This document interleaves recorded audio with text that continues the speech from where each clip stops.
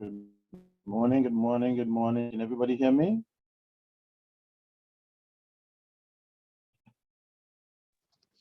Morning, yes. Good morning. Jerry, can you hear me?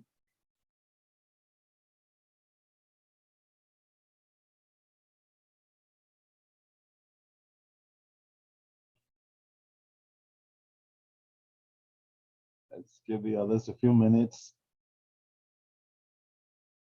to settle down and join us. Natasha and Jerry, let's say about 5 more minutes and then we begin one way or the other, okay?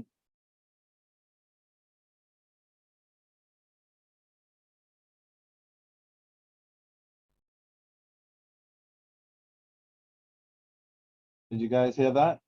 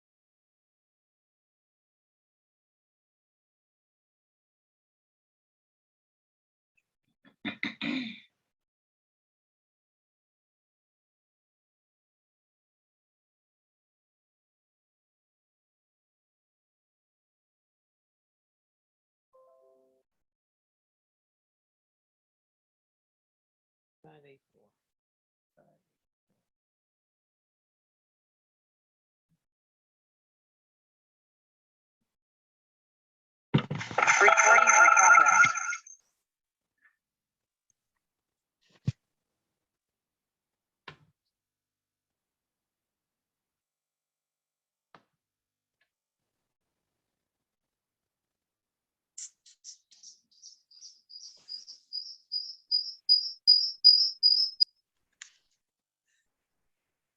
Good morning, all. Sorry, I'm a bit late. Morning.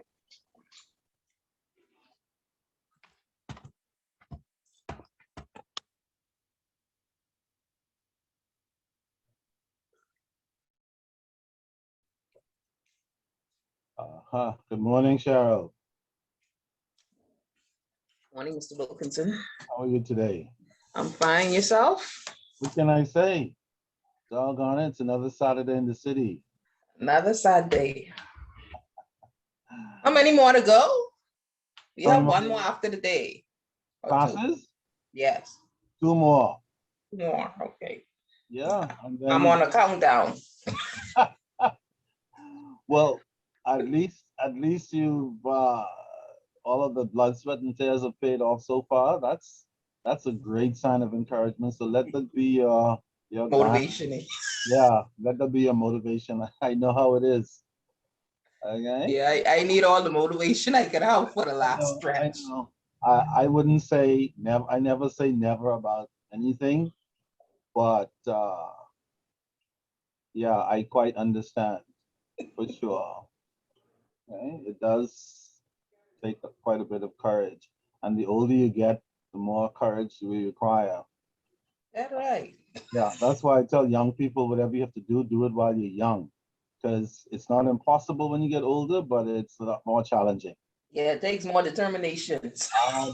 Absolutely. Especially when you start throwing in all the other variables in addition to just being older. Okay? No question about that. Oh, Ah, I wonder, Jerry. I see the big J. Jerry, are you there? We saw that. Yeah, I'm here. Oh, Jerry's there. Doggone it. you For need the to rest, put Jerry on the spot. yeah, we had a lot to say about your presence in the last class. Oh boy. Cheryl and Natasha kept asking, so where's Jerry? And I'm like, he's there. We see the J. Don't you see it? Jerry going ghost. I, Jerry, how come you ghost us, man?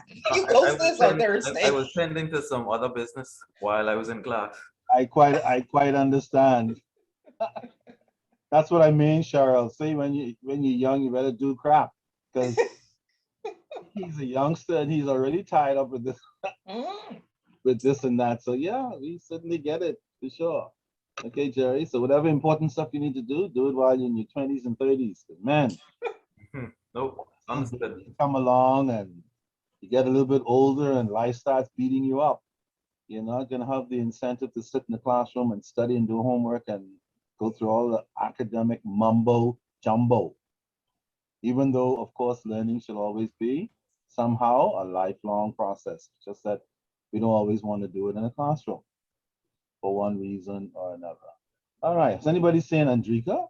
Andrika was not with us on Thursday, and I don't see her yet. This bloody COVID season is creating all kinds of things for one reason or another. So yeah, there are all kinds of challenges in addition to sitting in the classroom, doing homework, and getting through all that academic stuff. A lot of other things are going on.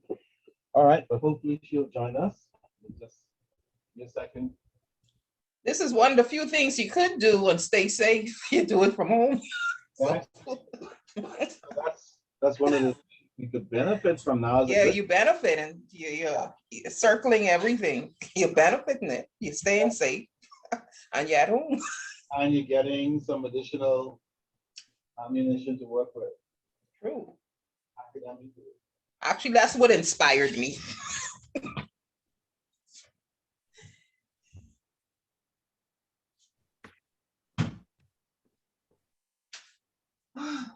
And I'm hoping that some other people will see the wisdom as well, actually, Charles. Can't be home idle. Well, some of us figure if I'm home, I'm not doing anything. Home is where you do nothing, and that's not necessarily true. Because idle is another enemy. Mm-hmm. That enemy is worse than work. True. And far more destructive. That's for sure. Better to be doing homework than to be idle. No doubt about that. All right, Natasha is here. Andrika.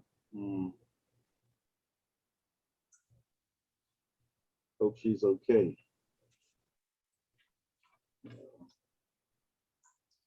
Okay. So, Jerry, were you able to get the homework information? I was just about to message Natasha and ask her if she could send me the information that like I believe I have two pieces of homework for you. Okay, great. What about the homework from the last session on Thursday? No, I don't think I got that. Okay, so she's gonna send you that information? I'm gonna message her. Okay, Natasha? Yes, sir. I'll send it. Yeah, look out for, yeah. Jerry has a lot of stuff going on right now. So if he looks like he's taking too long to ask you, send it to him and say, boy, weren't you supposed to ask me for the homework? I know a lot of things are going on, but that's okay. Keep on trucking, Jerry. All right, don't be discouraged, because I know a lot of stuff is going on. Okay? My oldest son, who works in New York and lives there, he called me the other day, said, Dad, a lot of stuff's going on. And what do you think I did, Cheryl? I just smiled, right? Because he hasn't seen anything yet. Something, he hasn't seen it all. No, He's all. at the beginning stage, hasn't seen anything. Him and Jerry and Natasha, them at the beginning. Okay? That's they why it's a didn't- building process. Of course, some of them are not even married yet. Some don't have any children yet. Some never changed any diapers yet. No preschool, primary school, middle school, high Doing it school all. fees, college education, children rebelling, and so on. Only just begun. So don't be discouraged. Just keep on trucking. You have a whole lot of exciting things ahead. All right. Any question? Well, let me get something else out of the way while I have everybody. Your final exam, please make a note, which is not too far away, by the way. Your final exam will be on Saturday, September the 11th, from 9:30 to 12:30 at the Institute. Same conditions as the first time. Saturday, September the 11th, from 9:30 to 12:30. Okay, so that means that after today, we only have 2 more sessions left, which is next Thursday and next Saturday. And then after that, fortunately, you have a week to prepare for your final, which is a good thing. Okay, so I'm kind of glad it worked out that way. The original exam date was for Wednesday, September the 8th, but that would have been in the evening, taking you past curfew and all that crazy stuff. So that didn't work. But Saturday is a better day, gives you a little more time, and when you're done, you can still get your Saturday stuff done. Okay?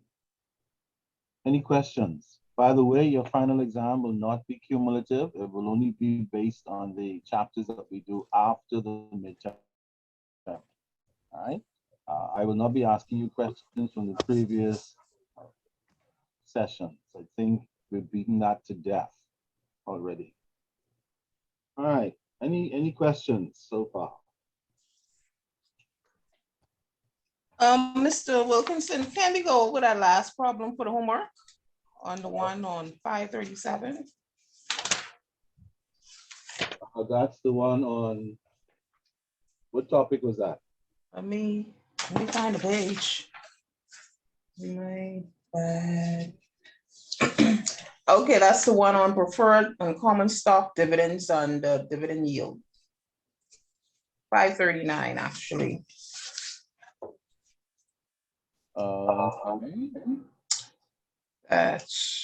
So That's what I was asking about Thursday, Cheryl. My bad. Yeah, it wasn't P9, it's P7. It's P7. yeah, Wasn't P9, was P7? Yeah. P7. Oh. Okay. So I need to do that P7 and get back to you then. No problem. No problem. You can do that sometime this weekend. When you're done, you can send it to me. Okay, that's fine. Because Jerry's gonna have a busy weekend anyway, because he has to catch up and finish up that stuff in between all the other blah blah blah that's going on. But that's okay. Remember, folks, you don't have to do all of the homework in one sitting. It's another thing, a mistake that students make. We get busy with life sometimes, especially working students, and then when we sit down, we think we have to finish everything in one sitting, and then we become frustrated. You don't have to do that. Remember, take an hour or two and do some. Then do other stuff, sleep and get up, and then do some more. Then do other stuff and sleep and get up and do. And by the time you do it that way, you just, it's like paying a loan back in installments. You pay it back without stress, so to speak. And it's a good practice with homework as well. Don't try to do all the homework in 1 or 2 sittings. Okay? Do some, take a break, do some until you're done, and you'll find that you'll do it far more efficiently and with the minimum amount of stress. You're still gonna have the normal homework egg, but that's okay. Just don't try and do it all in one sitting. Okay? It creates a nightmare and it frustrates, especially working students and even students who are not working students. Okay? But if you're a working student, more so. All right. So that's, I think we're challenged with the thought of getting it all behind us. I know. And that's, That's and that's the typical student mentality. I need to get this behind me. I need to get this, and that's true. But even so, and that's fine if you're that person who's good at doing it in 1 or 2 sittings because you're good at that. Don't change anything.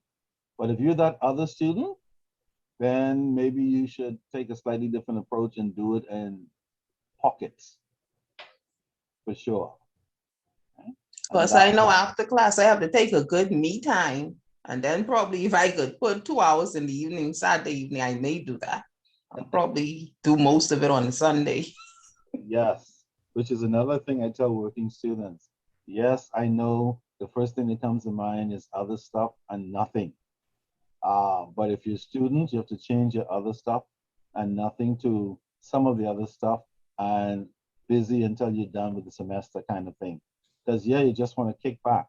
But I always tell working students, use your weekends productively because once you start work, it becomes unpredictable. Your time becomes unpredictable. Your attention span becomes unpredictable after all day of work. Your commitment to study and homework becomes unpredictable because you're tired and pissed and so on. All right. So That's true. so when Saturday and Sunday roll around, don't plan no big time stuff with folk. But we have to do this after. Don't do that.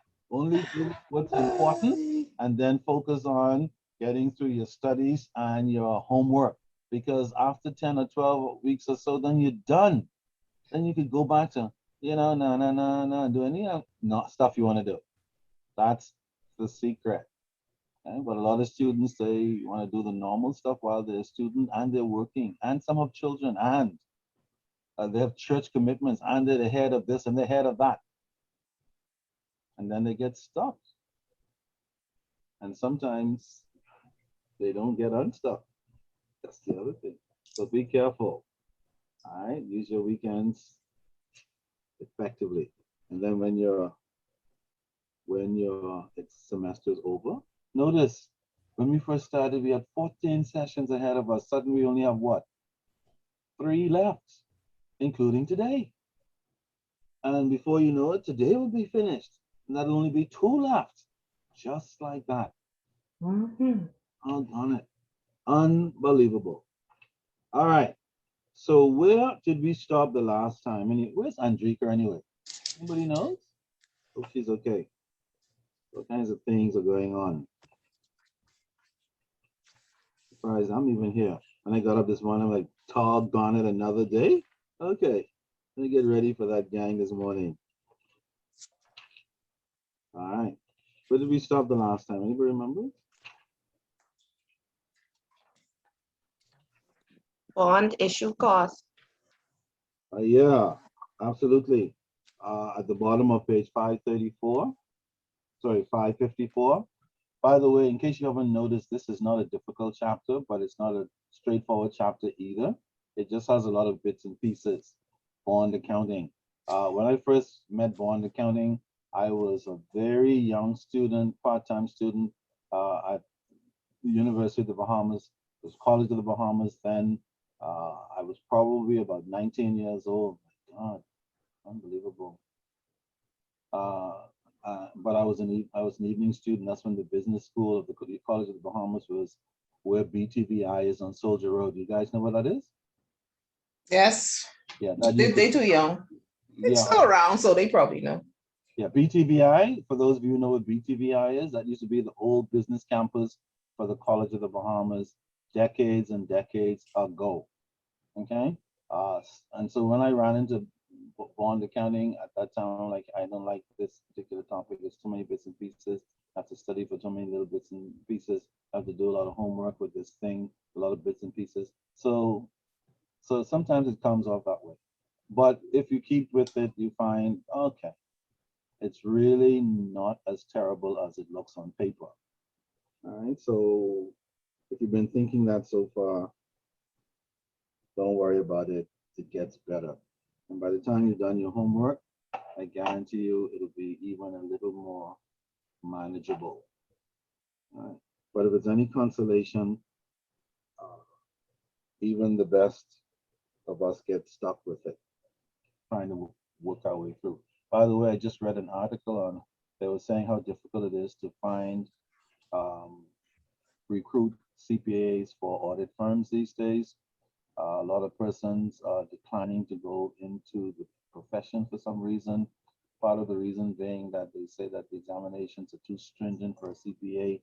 And so when people graduate from university, they don't want to go through the routine and the vigorousness of preparing for a 6-hour examination, 2 days, or whatever it is. And so they're shying away from even writing the examination. The passing scores are not that great because of what they perceive to be the complexity of the examination these days, as opposed to back in the day.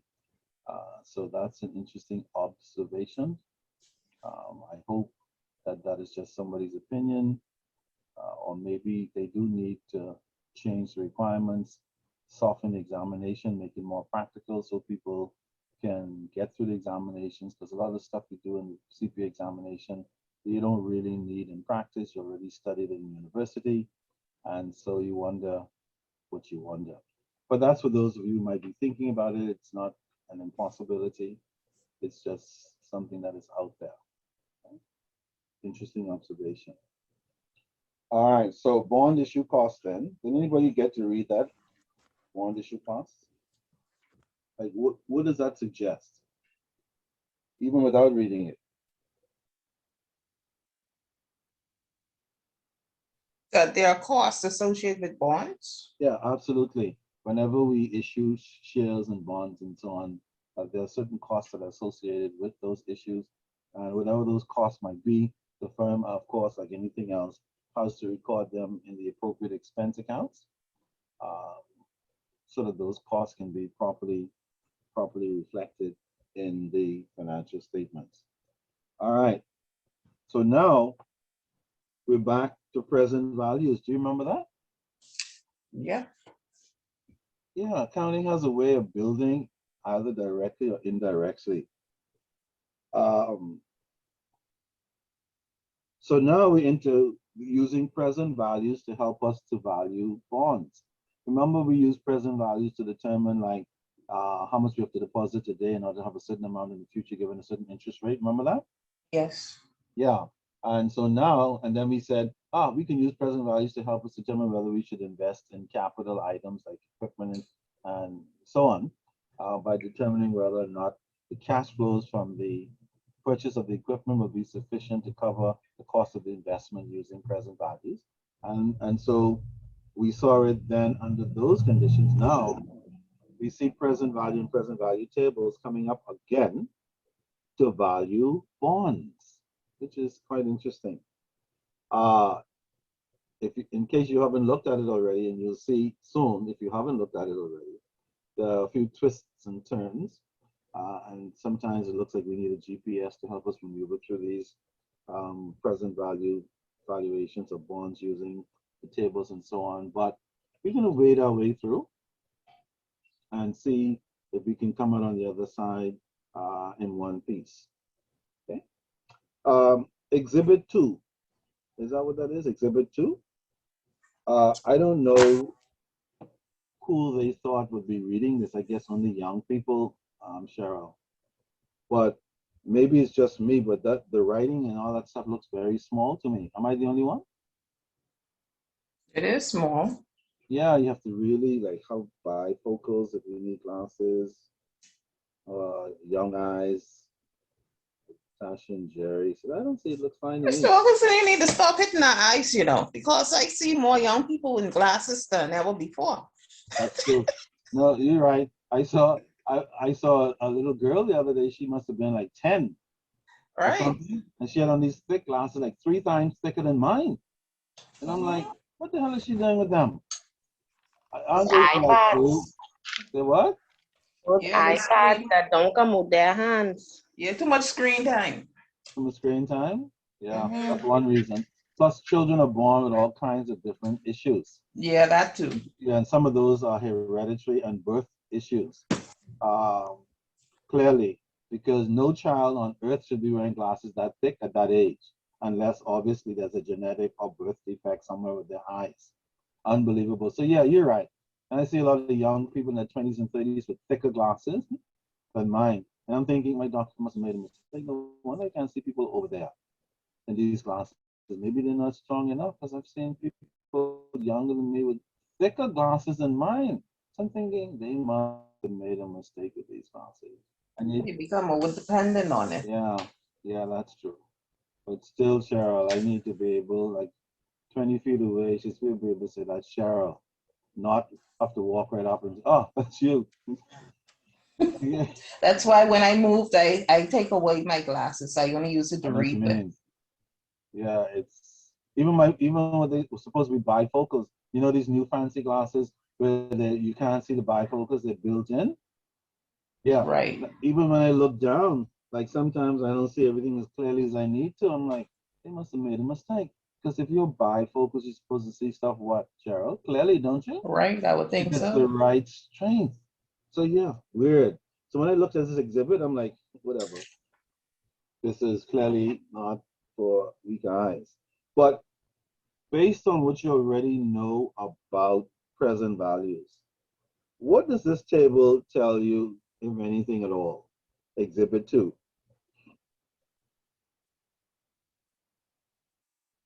Anything yet?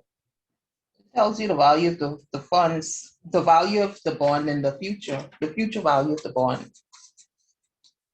Okay, yeah. We're looking at the future value, and then, of course, we're going to be using present value tables to create our valuations over certain periods. Remember the word period from Right. our previous study, because the tables are based on what? Periods. Okay, so get ready to see periods again. Remember, bonds and our interest is normally paid when? How often? One say the repayment in future years. Remember, semi-annually, twice a Oh, year. I'm thinking about interest. The interest is paid semi-annual. The principal is paid at the end of the period. Exactly. The interest is paid semi-annually, and the principal is paid when the bond actually matures. Okay. The other thing that is interesting in the discussion of bonds, as we've seen, is market rate versus face value. And so we're going to see interest rates again. We're going to see periods again, and so on, in terms of how we use present values to value a bond. Okay? All right. So of course we're going to start with Jerry today. There's no debate, no need to go to Parliament with it. It's unanimous. Jerry, please feel free to begin on page 556. 556 or 555? What's the heading so I can make Oh, sure? I forget, Jerry. That's like crazy. Yo, thanks. Yeah, the middle of what would that be? Using present value to value a bond. Do you have that in your text? I hope. Um, Using present value to value a bond.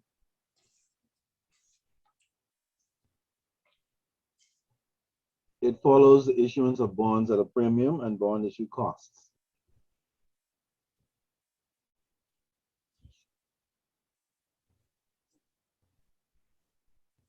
Let's see how great a job they did in that text.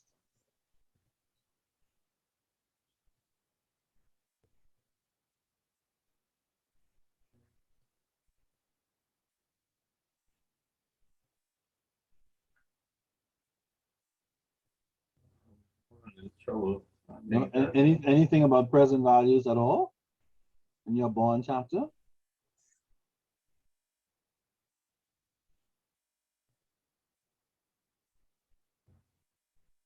Okay, bond issue prices, okay.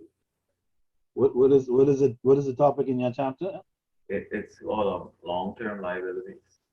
Okay, and what is the heading that you're looking at? Um, right now, the heading I'm looking at says basically amortizing a bond premium, calling bonds, converting bonds, sale of bonds. Interesting. Nothing about present values? Go forward. Keep going. Anything with present value? On issue at discount and at premium. Okay, Reach there. I Yeah, think keep I saw going. that.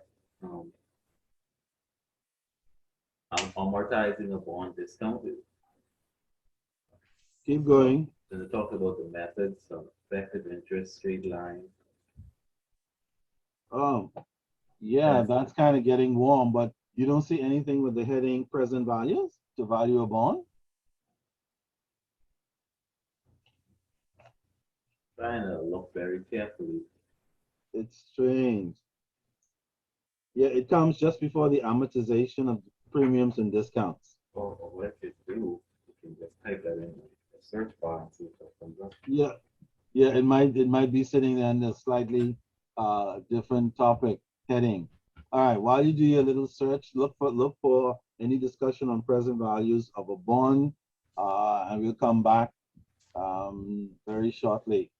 In the meantime, Natasha, why don't you pick it up for us, get things going. Okay. Using present value to value a bond. A bond's value is determined by summing the following two present value amounts based on concepts presented previously in Chapter 11. A series of fixed interest payments, a single payment at maturity. Sorry, As- before Natasha goes on, do you guys remember those two things from the previous chapter? Yes, Yeah, we had the series of payments, annuities. yeah, the annuity, exactly, and then the single payment. Now, in this case with bonds, let me say up front, so when you see it, you will not be so baffled. The series of payments for a bond, what do you think that would be? The interest? Yes, the semi-annual interest, because remember, the semi-annual interest for the bonds will be the same amount every 6 months. So that's kind of like an annuity. You follow? Because it's a series of payments Right. of the same amount. And then the second part of valuation using the table is the single amount. What do you think the single amount is for bonds? The bond that was issued, the amount, the principal amount. Yeah, the actual amount that was issued, that has to be what? Repaid at maturity. So now, once you understand those two concepts, it is supposed to make your understanding of the process going forward a little more easier to deal with. All right, let's see if that works. Keep going, Natasha. As noted, the amount of interest a bond pays is fixed over its life. The market interest rate, on the other hand, varies from day to day and is the rate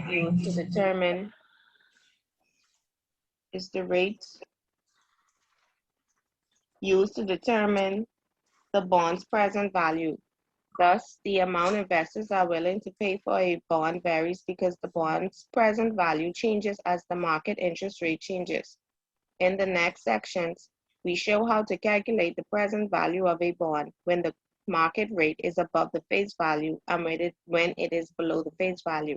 Great. stick a pin. Again, key points, and I'm stopping you for a reason.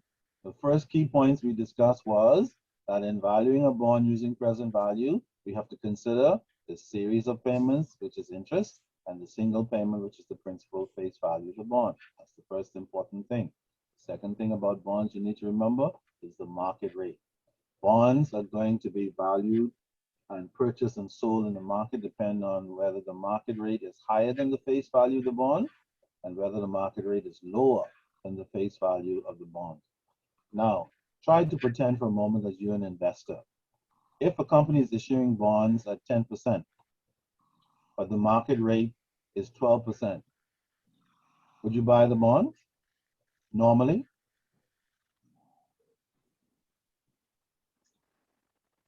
I know, trying to get Yes, why? The market value, because the market rate is 12, you the buy. face value is 10%. So, won't you be buying it at a discount? Well, you're going to the next Not step. sure if I'm on the right track. Yes, you are. Forget the discount at the moment. If the market is 12 and the face value is 10, would you buy the bonds normally?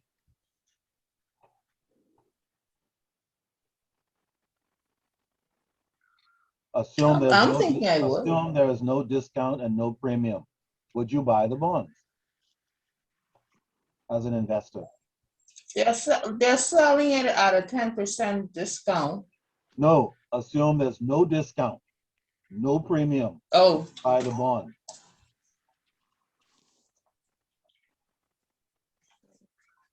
you answer that. I know I don't blame you. Say, well, Give sound like a trick question. But the reason why I ask it that way is so that in future, if you decide to make any investments anywhere, you'll be a little bit more knowledgeable as a result of this class today. I don't really have to do that because I can just get into the accounting of it. But I throw that out just as additional information to show you that even though you're studying accounting, you're also studying investments. And here's a rule for investments. If you plan to buy any security, bond, stock, or otherwise, and the market value is higher than the rate that they're offering you for that security, then the investor would typically go for the market rate because they're going to get a higher return. Does that make sense? Okay, I was wondering. Yeah, if somebody's going to pay you a higher rate in the market, would you buy a security, a bond, or whatever it is at a lower rate? No. You will No. go into the market so you could get the higher rate. Doesn't that make sense? Yeah. Unless the person selling Yeah. the stuff is your cousin or something like that. It's my favorite cousin. I don't care if I'm going to lose money because the market is higher. This is my cousin. I like that person. Investors don't think that way though. They're going into where they can get the what? Highest possible return. Highest rate. Yes. Okay, now that you've broken it down and analyzed it, yeah, There you go. can see that clearly. So in future, if you're making a personal decision about how to invest, that is your cue. Say, wait a minute, didn't Mr. Wilkinson say this 7 years ago? And then it's a good thing we had that discussion. I'm going with the market rate because it's higher. Because now you understand why. Okay. So usually if the market rate is higher than the You know how I was looking, excuse me, Mhm. I was looking at it, how I was looking at it, Mr. Wilkinson, is that you were buying something at a 10%, had the option to buy it at a 10% rate versus a 12% rate. I think I was analyzing it incorrectly. Not entirely. You do have the option, but the option is not offered by the company who's issuing the bonds. Okay. You follow? Right. You do have the option. If Cable Bahamas says we're issuing bonds tomorrow at 10%, and you go into the market for other investments, whatever they might be, and the rate in the market is 12%, Right. You would go with that 12%. That's a higher correct. return. Correct. Yeah. Now, if Cable Bahamas want you to buy those bonds, then they would have to issue them to you at a what? At a discount. Correct. They have to give you an incentive to buy them. And the incentive for the investor to buy bonds with a rate that is lower than the market is to issue them at a discount. You see how that works? Right. Absolutely. Similarly, if the face value is higher than the market rate, then the company gets to issue them at a premium because the face value is better than the market.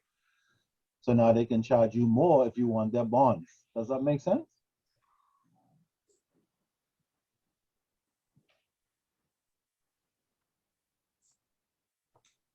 Does that make sense? Explain that again. Say maybe, but I don't see it. All right.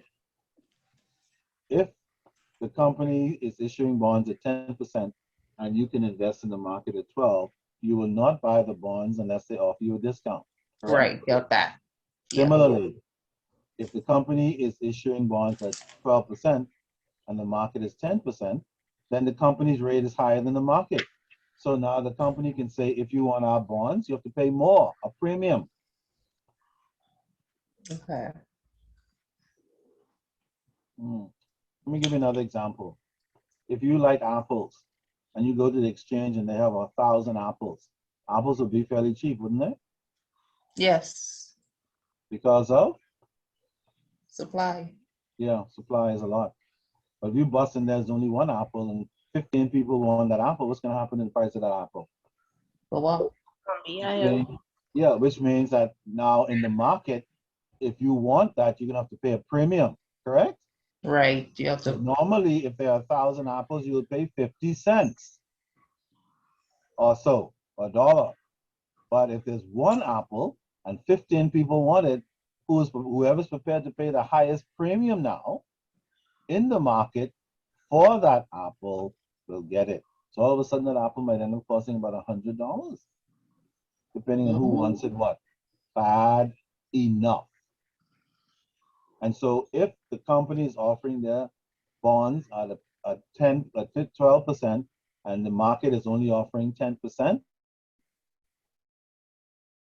if you want those company bonds, you're gonna have to pay more for them because they're offering a higher and better rate in the market.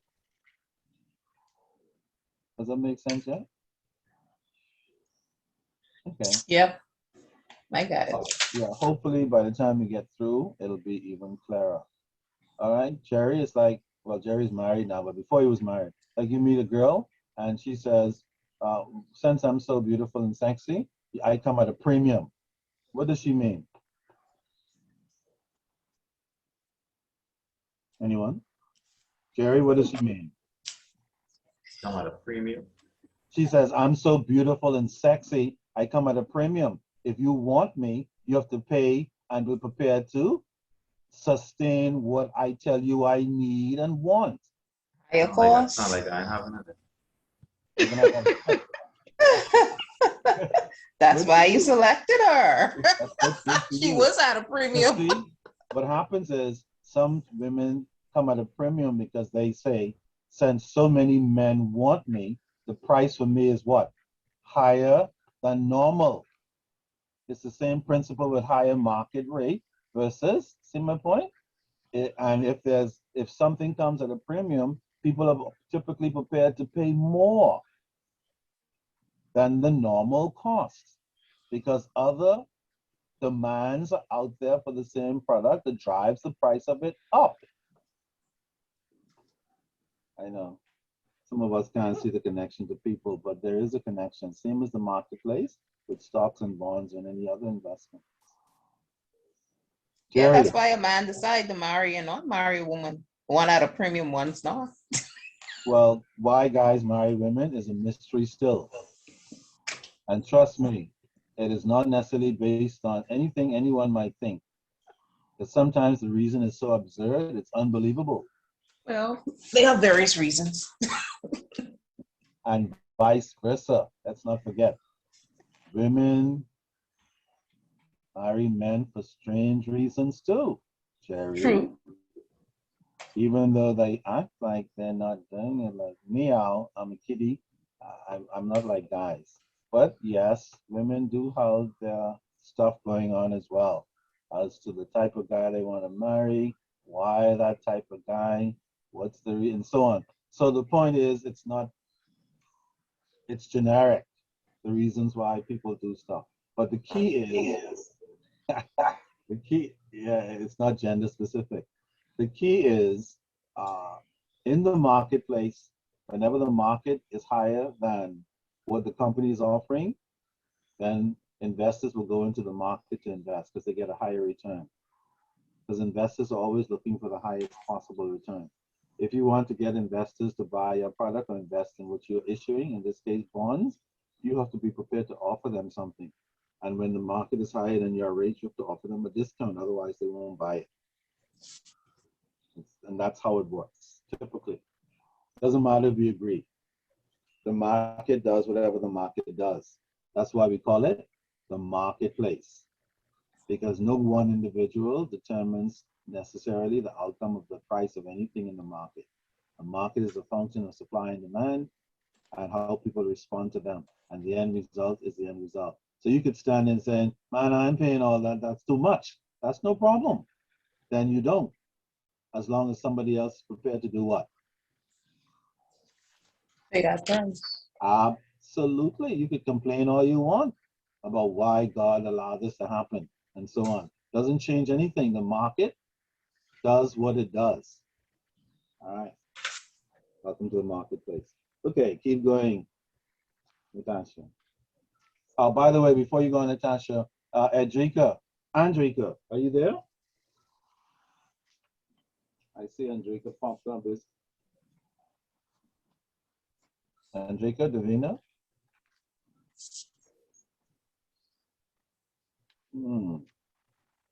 Looks like Andrika was talking to Jerry. Jerry, what do you think happened? She just kind of signed in and ran off to fix breakfast? I didn't know she signed it. She did. Well, I see a name pop up. It says Davina. I'm assuming Oh. that's Andrika. Oh no, I think I know Davina. I was in another class as well. Oh, Davina is not Andrika? I don't think so. What the hell? Davina. All kinds of strange things happen during COVID period. Davina, are you there? Okay. Probably eating breakfast like you said. Yeah, but I don't recall saying Davina. Oh yeah. Yeah. But Davina has not been with us for a while. Davina, are you there? Yes, I'm here. Can you hear me? Yes, indeed. Yes, indeed. Okay. How are you, Davina? I'm wonderful. Thank you. This is my first time joining class. I sent you a message privately. Oh, you did? Okay. Yes, because I was on vacation and I just got back. I didn't know class was going to start at the time it did. But I had Oh, a little vacation before, so I would need to catch up. So I sent you a message to find out which book we are using, what all homework I missed, so I could kind of catch up and when it's midterm and end of term. And so forth. Okay, Davina, I get your point. All right, so when we're done, we need to discuss this whole thing to see what the blah blah and what can be done. Okay, but I'm listening in and trying to follow. Okay, that's are explaining and what the class is saying. That's perfect. That's perfect. You have the textbook. I have the textbook. What is the textbook? I'm gonna look inside the cupboard and see if I have the, because I did financial accounting too before, but I missed so many classes due to work, so I have to take it again. Oh, I see. I see. Okay. So the textbook is Principles of Financial Accounting. Okay.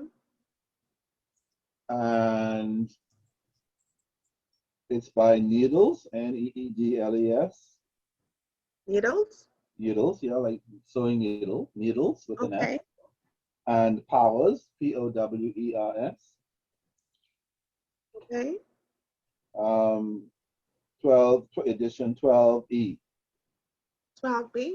12E, E as an egg.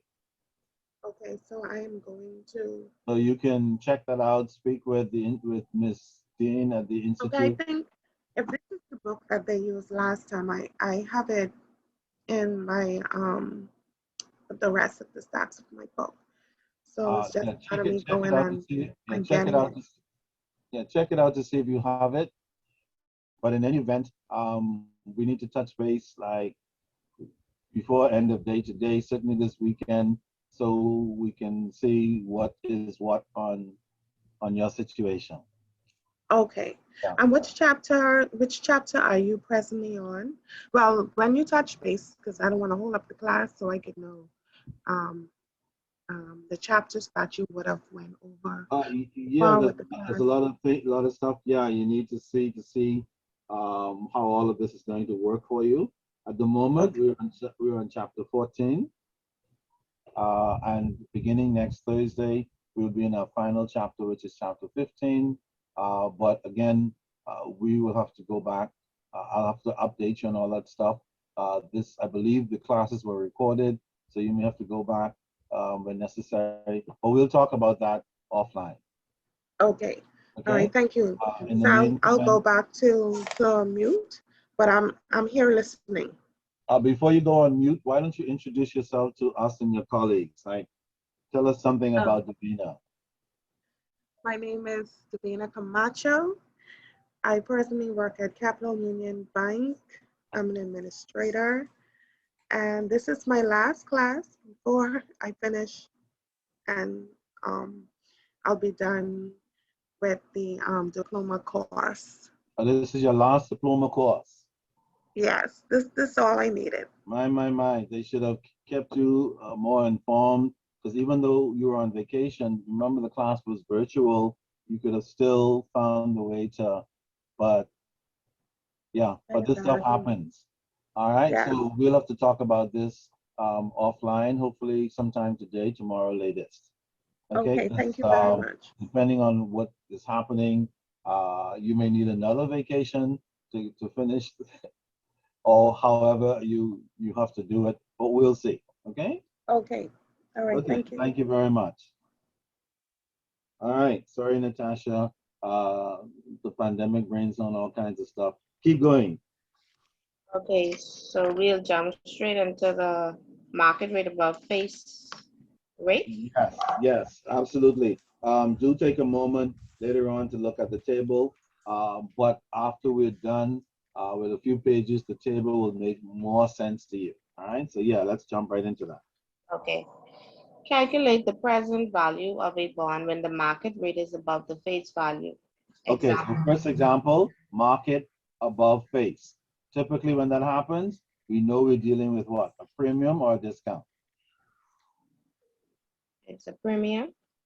Market above face value. So the company will have to issue the bonds at a premium or a discount.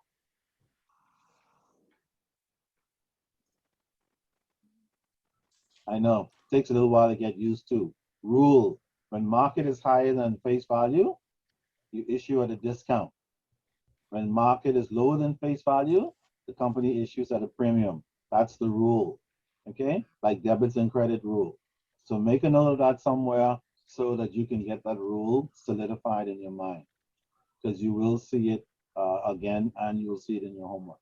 All right, keep going.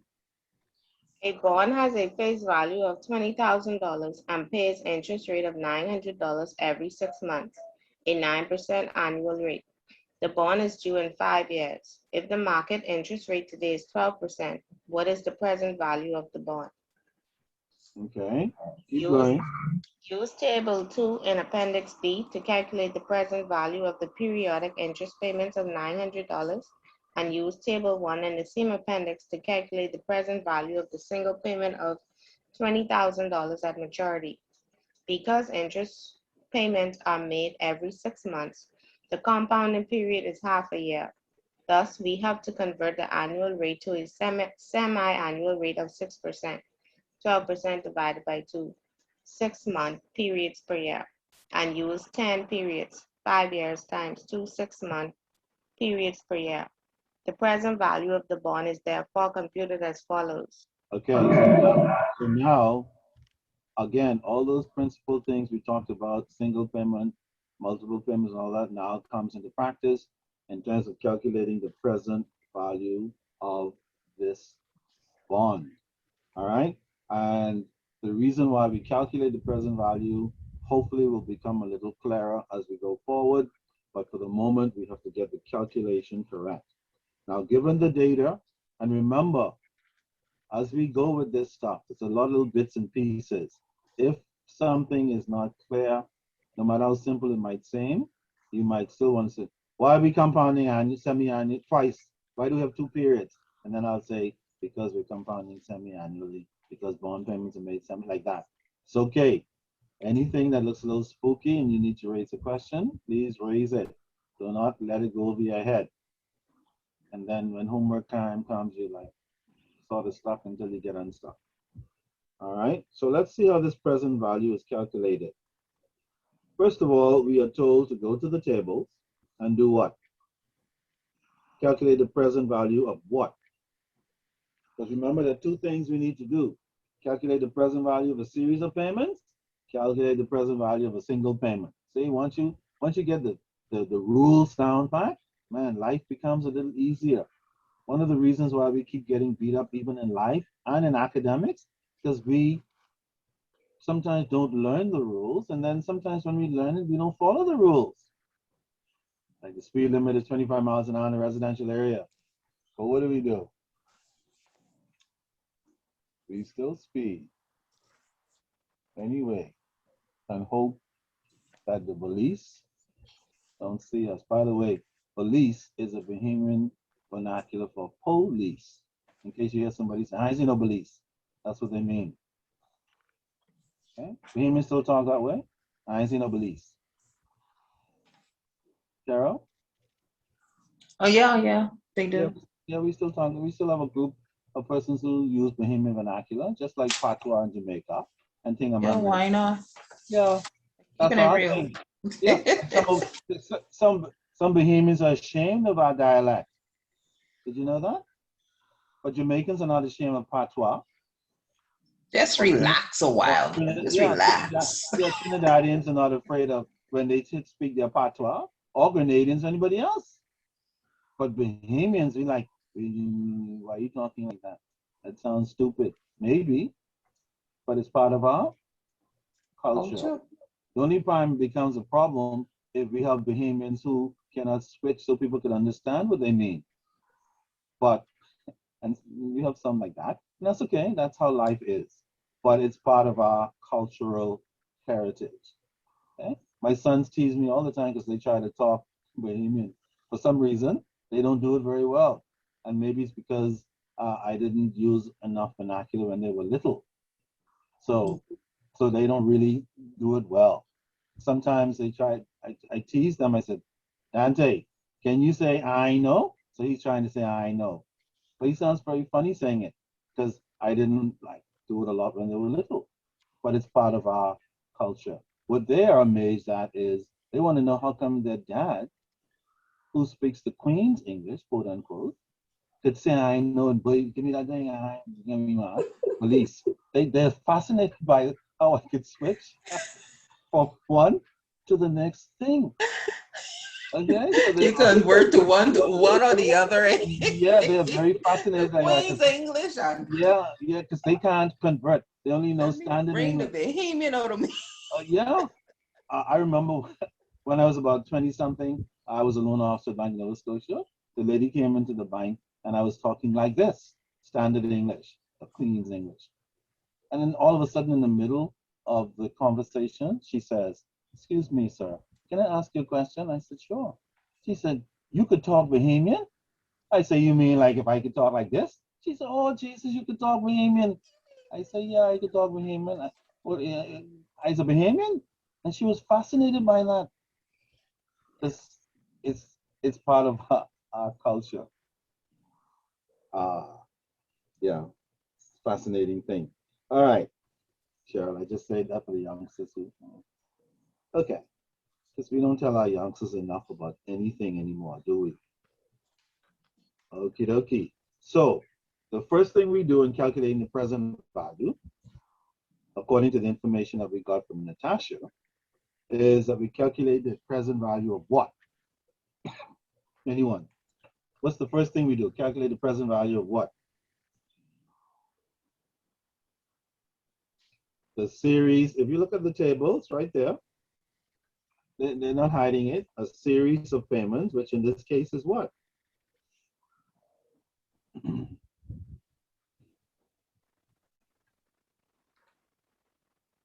I don't mind if you read it and then tell me. That's what I want you to do, actually. I want you to read it and then tell me. This is the present value of 10 periodic payments. And what are those periodic payments called? The periodic payments will be the interest, eh? What, yes, and what interest payments are they? For the bond issue. Yes, and how often are they paid? They are paid semi-annually at 6%. So if the bond is for 5 years, why isn't the period 5 years? Because it's semi-annually. Twice within the 5 years. Good, because it's Twice a semi-annual. year. Twice a year times 5 is 10 periods. Everybody see that? Okie dokie. It's important to see that, just as it was important to see that in the last chapter. Otherwise, you get stuck. All right. So how did we get the present value? What did we do? How did we get that figure? The present value actually went to the table. And We period. looked up the periods of payments, which is 10 at what rate of interest, I 6%. encourage you to go to the table. Don't rely on the book. They might be wrong. Yeah, the book is correct. I confirmed it is 7.360. So you multiply that's the interest, whatever. Is that the interest? What amount? 900 Right. by the rate of 7.360, And that gives us 6,624. That will be the present value. the present value of what total?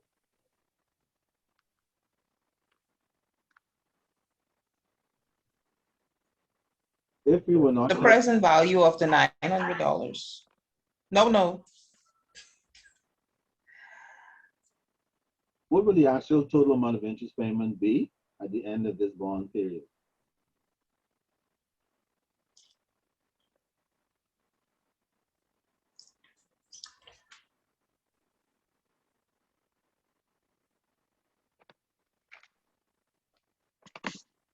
How much interest will you pay per year?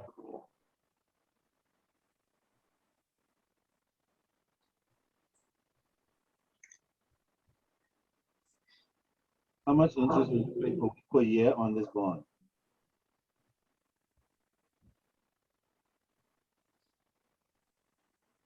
How much interest will you pay every 6 months on this bond?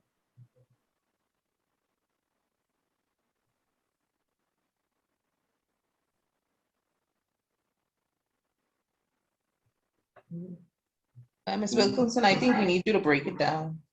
That's what I'm trying to do, actually. What is the interest rate on the bond? 6%. What's the face value of the bond? The face value of the bond is $20,000. So how much interest will be paid at the end of 1 year? Using simple interest that you was asked in the exam the last time.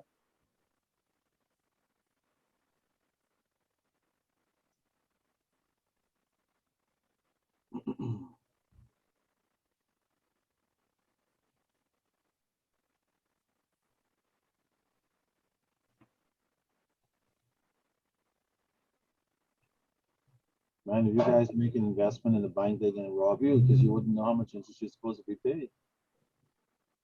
In a year, that'll be $1,200. Really? What did you do? The face value times the rate times 1 year. So 6% of 20,000 is 1,200. Yeah. Everybody agrees with that?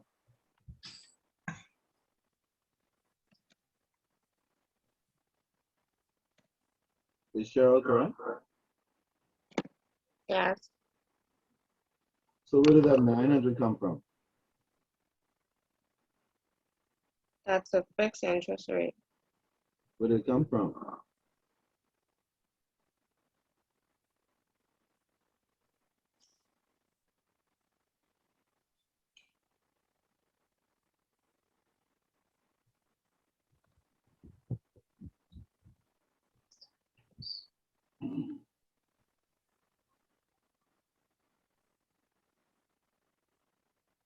Ooh, Yeah, it's weird, isn't it?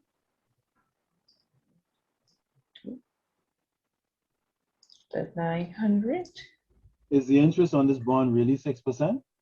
No, it's a 9% rate actually on that 20,000. 9%? What is 9% of 20,000? 9% of 20,000 is $1,800 and it's paid semi-annually. So you'll pay $900 every 6 months. So where did you get the 9% from? Somebody said 6. Where did we get 9 from? There's what we're looking at. Are you looking at the example that's written in blue? A bond has a face value of $20,000 and pays fixed interest of $900 every 6 months, a 9% interest rate. It says that in brackets. Exactly. So this is why I was wondering if it said that, why, when I said, what is the annual interest payment? Then what is the annual interest payment?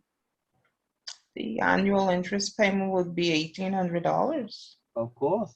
Hence, we get semi-annual payments of. $900. So over 5 years, how much money would be paid out by this company in interest payments for the bonds that they issue? It'd be 9,000. How did you get that? It'll be the 1,800 a year times 5. Correct. So over 5 years, they'd pay $9,000. But what is the present value of $9,000? Okay, that's what we calculated the present value of $9,000 when we what I- went to the present value table. So what is the present value of $9,000? That will be the 6,624. That's what you need to see in this example. Okay, folks? Because sometimes students just learn the present value calculation. They don't know why they're doing it. And the minute you ask another the question why you did it, they're like, I don't know. I just did the calculation and move on. But the whole idea is so that you can see that the present value of the total payments of $9,000 is $6,000. So now, in other words, if you put $6,600 whatever dollars in the bank today, at the current rate in the example, in 5 years, how much would you have? You do about the 9,000. Yeah, is that an important thing even for regular folk to know? Yep. It is. But that's why people who don't know stuff don't get stuff because they don't know stuff. See my point? Mhm. Other people are not always better. They just know stuff you don't know. True. Knowledge is power. Oh, that expression. Okay. Yes. That's why when the slaves were on the plantation, the white master made sure that he never got a what? Education. Now you know why. Okay? Remember, in those days, they don't, and even now, depending on where you are in the world, people don't mind if you're rich, as long as you're what? Ignorant. Cheryl, you're being enlightened again, I see. Thank you, Cheryl, but it's really for the edification of the youngsters who care to be edified. Because some young people don't care to be edified. It's, I hear you, but they're not really getting it. And so they go through their lives missing important stuff because they don't want to be edified. Do you follow, Cheryl? Mm-hmm. I'm not saying that's Jerry, Natasha, and Davina. I'm just saying that I wouldn't want it to be any of those three. That's why I digress sometimes, for the record. Okay. Because remember, I could just stick to the accounting and say, man, let's see to get to this chapter and put it more with my wife who wants to go do stuff. But these, I just want you to see that yes, you're studying accounting principles, but in these things, all kinds of life issues that you can actually use if only you understood what you were doing. All right, what's the next step? So we have the present value of the interest payment. What's the next thing we need to do? Need to calculate the present value of the single payment at the end of the period. And the single payment is how much? The single payment of 20,000. Which is the bond face value, correct? Right. So what table do we use for that?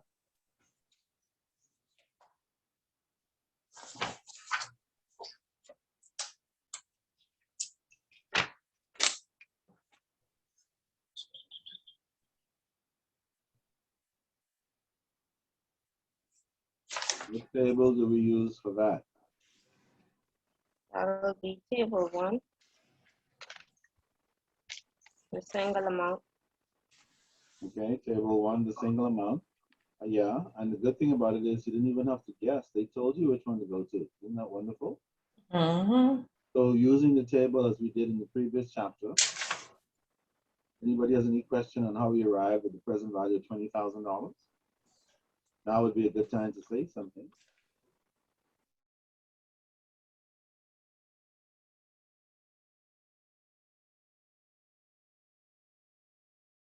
I just want you to see how and why you're doing it first.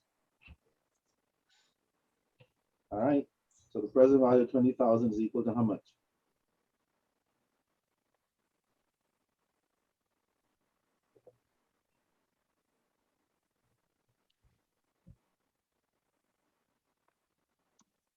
Present value of 20,000 equal to how much?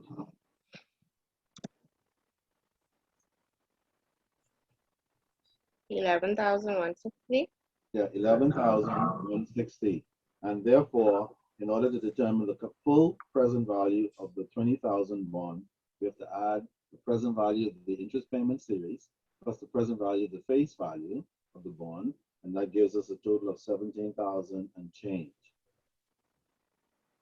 Okay, which means that if we put this, if we had $20,000 in cash, put in the bank for 5 years at 9%, we'd need to put in 17,784, which is the present value, and in 5 years, we'd have $20,000 in the bank.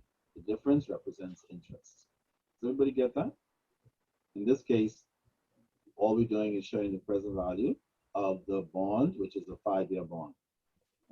So the 5-year bond is $20,000. We're trying to show the current present value of that bond. So if somebody wanted to buy the bond today, do you follow? And they said, I'd like to buy that bond today. How much do I need to pay? Or if you buy the bond and you want to sell it to somebody in the market, and they said, how much will you sell your bond for? You as a bond holder. Then you should, if now that you have this information, you don't have to guess. You can calculate the present value and say, I need you to pay me 17,784. Does everybody get that?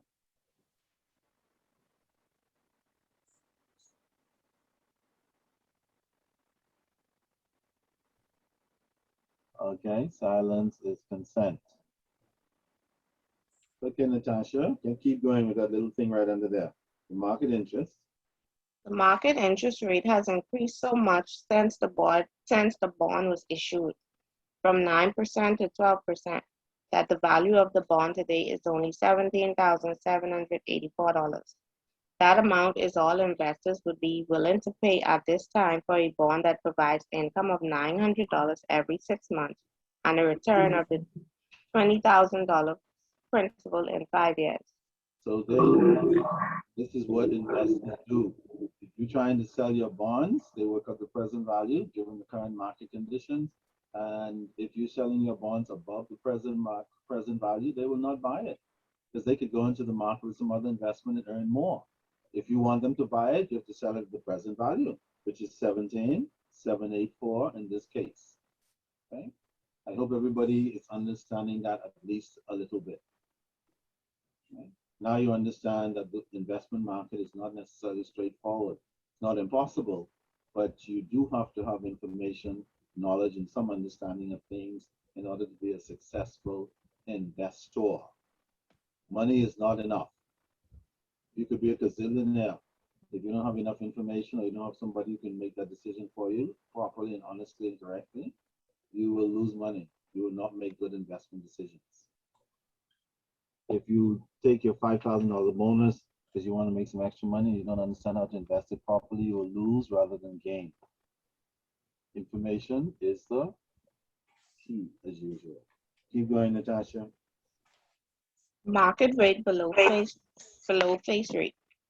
Calculate the present value of a bond when the market rate is below the face value. Example, suppose the market interest rate on the bond is 5 above, falls to 8%, 4% semi-annually. The present value of the bond will be greater than the face value of $20,000. Now, in this case, the market rate is below the face value of the bond. So instead of being issued at a discount, the bonds will now be issued at a premium. Premium. Okay, so if somebody wants to buy the bonds from you today, under these conditions, they'll have to pay 20,000 and change. When the market rate was higher, then they get a discount amount. Instead of paying a higher amount above 20,000, they pay only 17,784. So when you hear in your discussions, God forbid, that the market interest rates are being reviewed, considered, people are stressed out about it, it's because market interest rates drive the cost and returns on investments. And as accounting students this morning, just by doing this very same examples, these examples in bonds, you get a glimpse of how the market works and how it impacts investment decisions by companies and individuals like you. If only you had the information. Okay? I'm not going to go through the calculations. You guys are now experts. You know how to use the tables. Make sure you check it out. I'm sure the book is correct, but nothing like doing it yourself. Okay?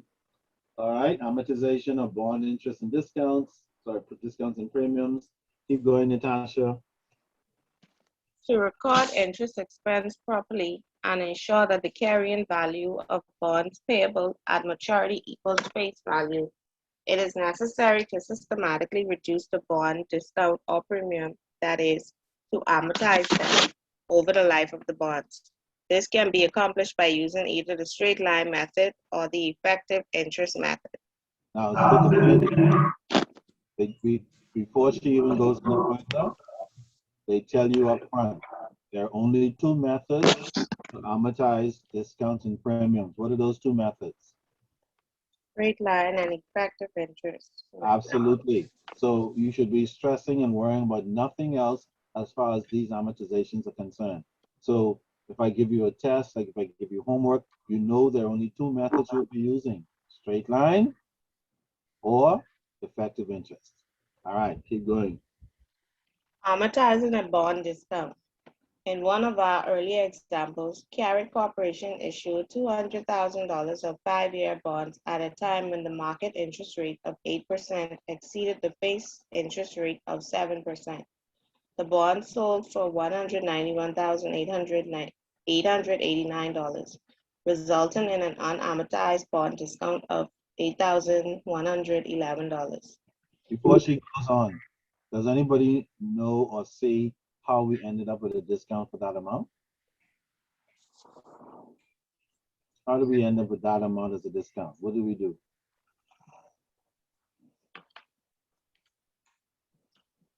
First of all, the bond, the face value of the bond is how much? 200,000. And it was sold how much?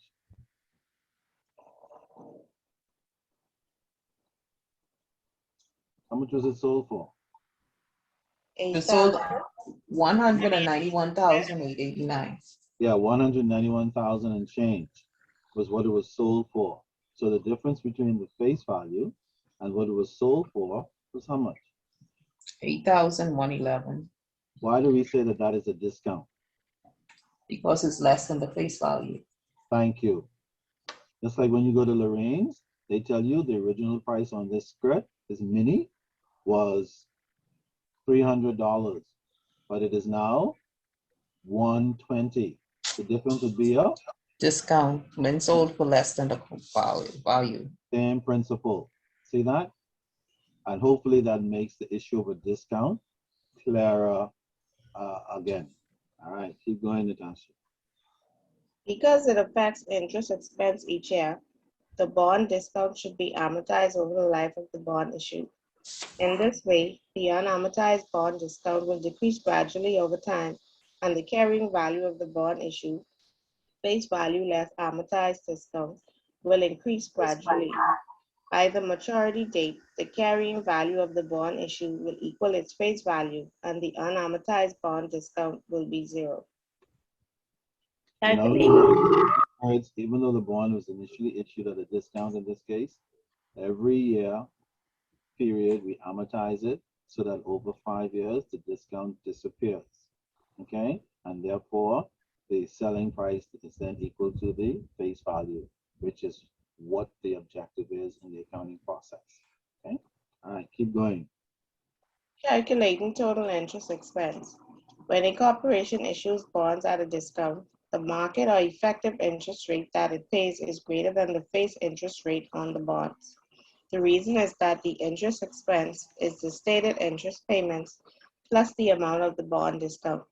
That is, although the company does not receive the full face value of the bonds on issue, it still must pay back the full face value at maturity. The difference between the issue price and the face value must be added to the total interest payments to arrive at the actual interest expense. Interest expense for bond issued at a discount. To have each year's interest expense reflect the market interest rate, the discount must be allocated over the remaining life of the bonds as an increase in the interest expense each period. Thus, interest expense for each period will exceed the actual payment of interest by the amount of the bond discount amortized over the period. This process of allocation is called amortization of the bond discount. The total expense to carry of issuing 200,000 bonds at a discount is as follows. Now notice the expression for this process: amortization of the bond discount. Amortization, as you studied in chapter 10, I believe, is similar to depreciation.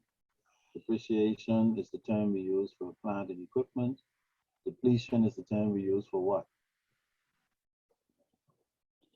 Depletion is for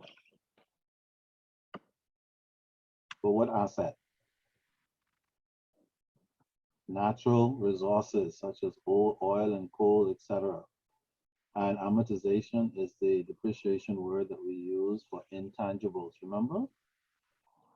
yes. Okay, I think I asked that question specifically in the test. Some people got it and some people did something funny. But that is the process. So now we're seeing that word amortization again of the discount, and that's amortization is used instead of depreciation and depletion because it refers to the intangible process called discount. Okay, we cannot touch the discount, but we know it exists, an intangible. So even though the company only received 190,000 for the bonds because they had to issue it at an amount lower than the face value, for accounting purposes, by the time they pay the bond back in 5 years, they have to expense that amount that they discounted over 5 years. That's what we mean by amortizing. Okay, that's all it means. Just how you depreciate a vehicle and deplete expense for natural resources, we amortize intangibles like discounts and goodwill and so on. Okay? And we debit the expense account because the discount means that the company has to absorb the loss. Whenever a company says we're selling you this at a discount, they're no longer getting the face value or the amount they wanted to get. They're getting a lesser amount. Who absorbs the cost? The company. Same thing here. When a bond is issued at a discount, who absorbs cost? The company. But they do it because they want your business. They want you to buy their bonds, in this case. All right. So how do we calculate the actual interest cost? Well, we know the face value and we know the total interest that will be paid at maturity. Where did the 70,000 come from? How do we get that?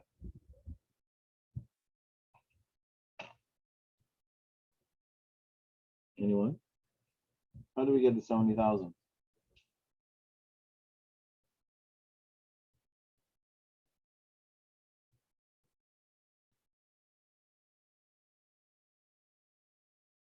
I think the textbook tells you, what did they do? 7% of 200,000 over 5 years. Does that give us 70,000?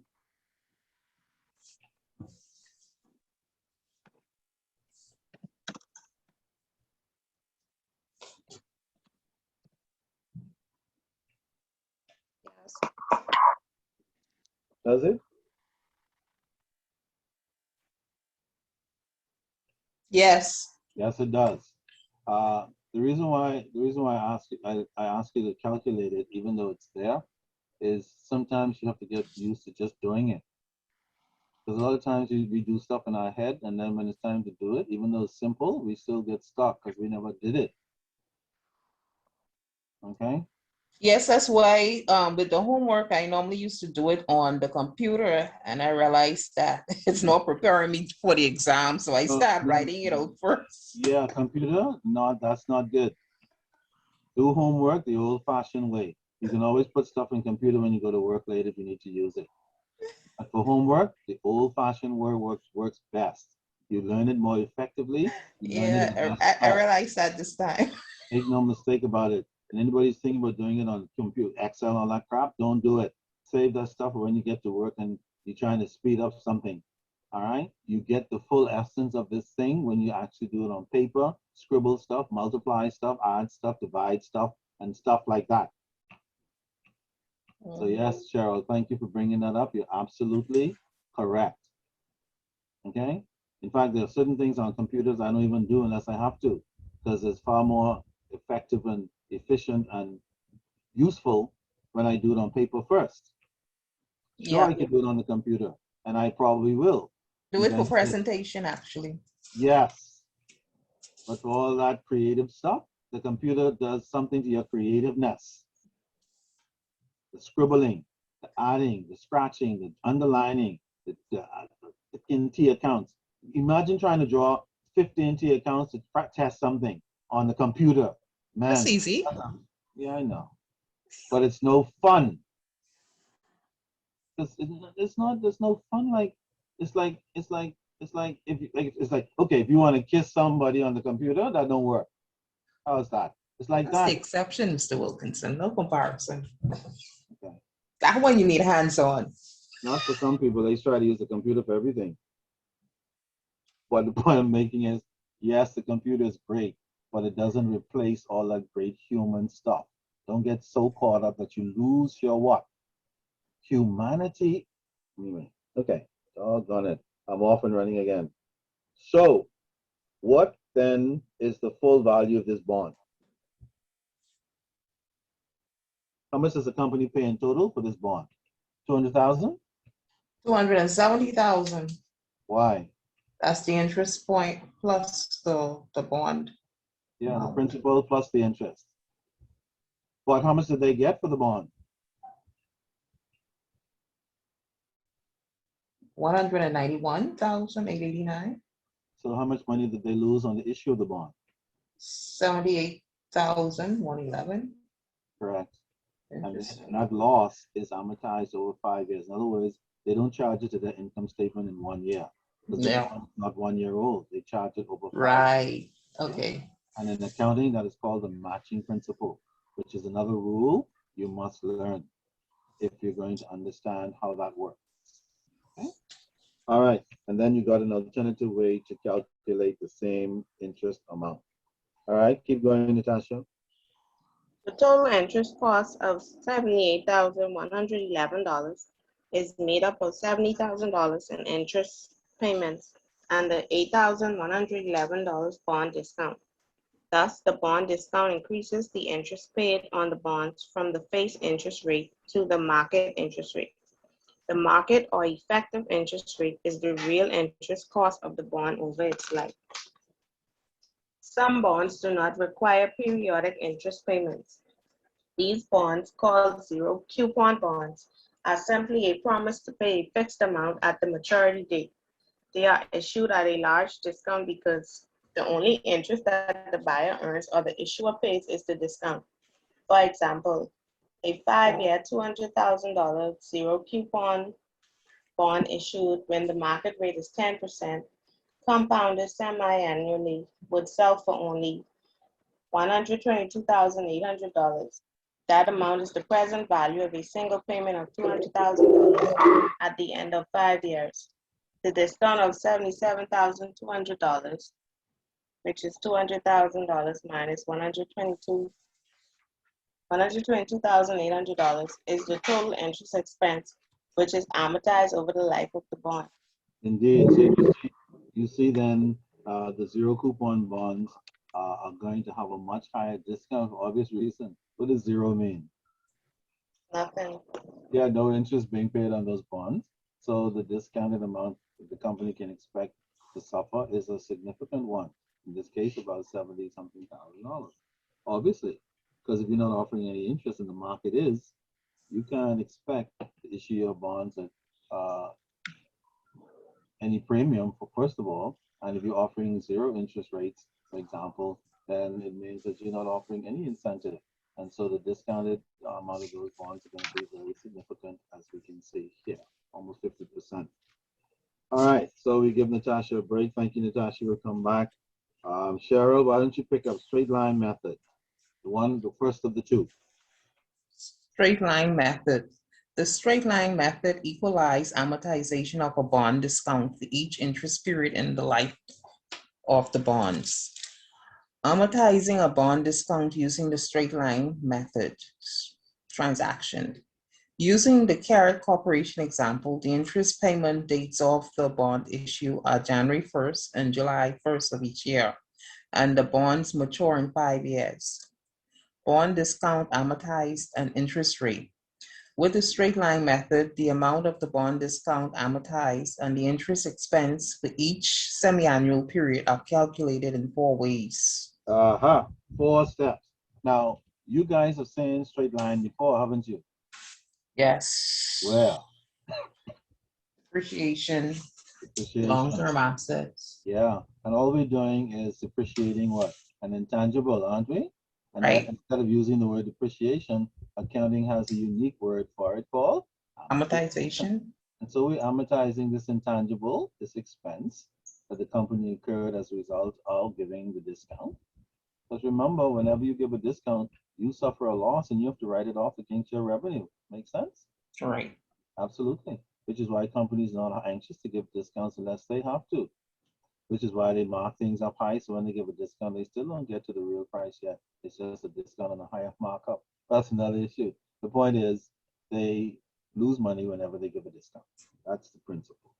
All right. So now we're going to be looking at the straight line method again, in case you thought you wouldn't have seen straight line again in your life. All right. So step number 1 is to do what? Determine the total number of interest payments. Okay, keep going, child. Yeah, just walk us through it then so we can see the first example. And then once we walk through this example, if we see anything that looks like this again, we'll just run through it. All right, walk us through step 1. Okay, first we determine the total number of interest payments, which is equal to interest payments per year times life of the bond, life of bonds. Okay. Interest payment per year is 2 times 5 years, which is 10. Why do we do that? Determined, why do we calculate, why do we get to 10? Why do we need that 10? because it's paid semi-annually. Yeah, first of all, we need to find out the total number of interest payments, and that's how we do it. Absolutely. Step 2. Right. Determine the amount of bond discount amortization per period. Okay. And so we have a simple formula. Yeah. Amortization of bond discount per interest period equal bond discount divided by the total interest payments. Okay. And where did we get that bond discount of 8111 from? That's what's calculated. When did we calculate that? On the previous page, remember? Yes, I saw that earlier. Right. Yeah, I'm hoping everybody is seeing that. That's why we did it first. The discount for this transaction is 8111. Let me call you back from the class. If you're not sure where the 8111 comes, look at the previous page at the bottom where we show you the calculation of the bond discount. Okay, so I walked you through it.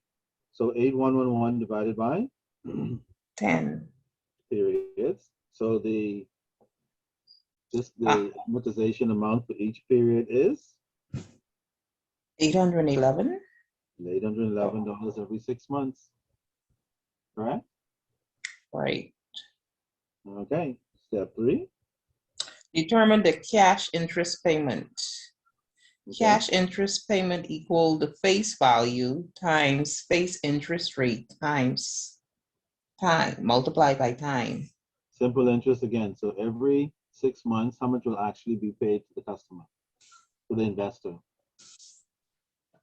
That'll be 7,000 every 6 months. 7,000 200,000. every 6 months. Absolutely. All right. Keep going. Step 4. Determine the interest expense per period. Interest expense per period for interest period equals interest payment plus amortization of bond discount. Which equals 7,811. So we go through all that, and this is the straight line method. And the straight line method, the textbook took a page to show you, and they did that so that you could have a clear understanding and to minimize the level of confusion. They didn't have to take a whole page. They could have done it in 1/4 of the page. Okay, that is purely for the students' edification and comfort, which is a good thing, because otherwise it could become very complicated somehow. So using the straight line method to amortize a bond discount, first we find out what the bond discount is from the previous page, or our calculations, divided by the total number of periods, in this case 10. And then we calculate the actual interest that we paid to bondholders, which is 7,000. So the total cost to the company is 7,000 plus 811. Once you put it that way, like any other straight line calculation, because everybody got straight line correct in the exam, by the way, which I had hoped, because if anybody got straight line wrong, we know we have a problem, Houston. Straight line is the easiest calculation, even in the real world. Most companies prefer straight line over any other method of accounting, because all the other methods requires more work. Straight line is fairly straightforward. So now we have our transaction. We can then go to the next page, 559, and look at our journal entry after all that work on the previous page. This journal entry is designed to show what? Can anybody tell at this stage? Let's use your analytical powers. What is this journal entry in the yellow box telling us? What is it recording?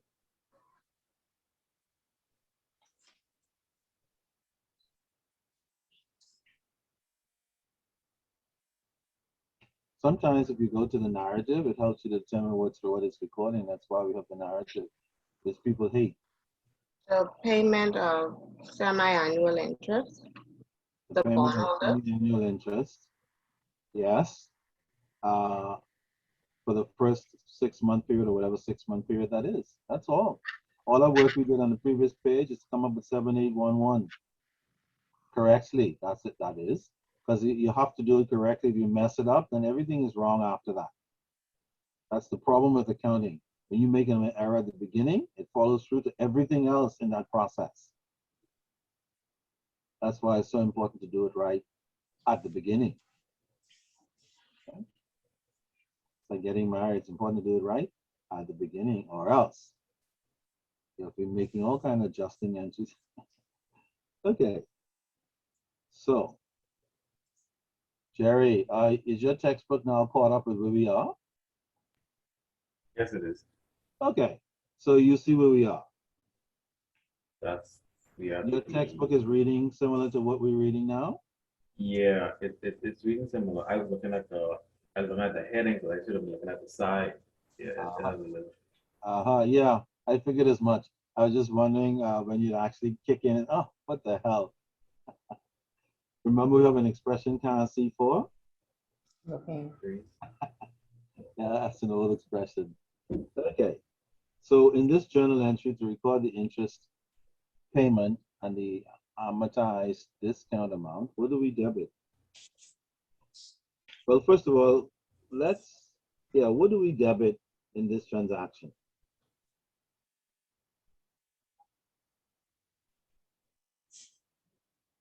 The bond interest expense, For how much?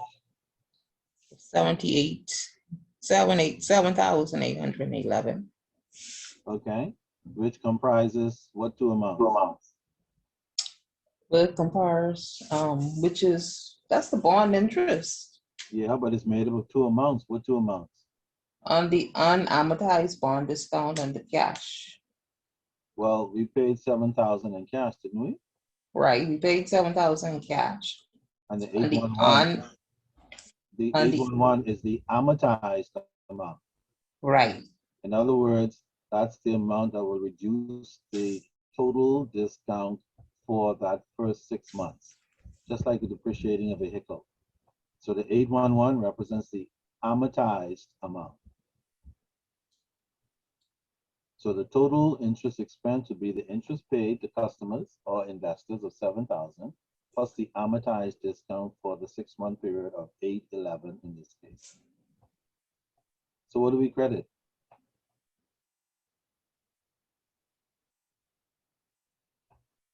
Credit cash was 7,000 Okay. and the 811, which is the unamortized bond discount. The unamortized bond discount account, right? Yes. I know students don't like to use that funny expressions, a lot of stuff to say.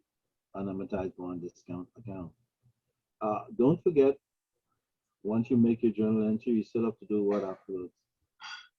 Put the narrative. And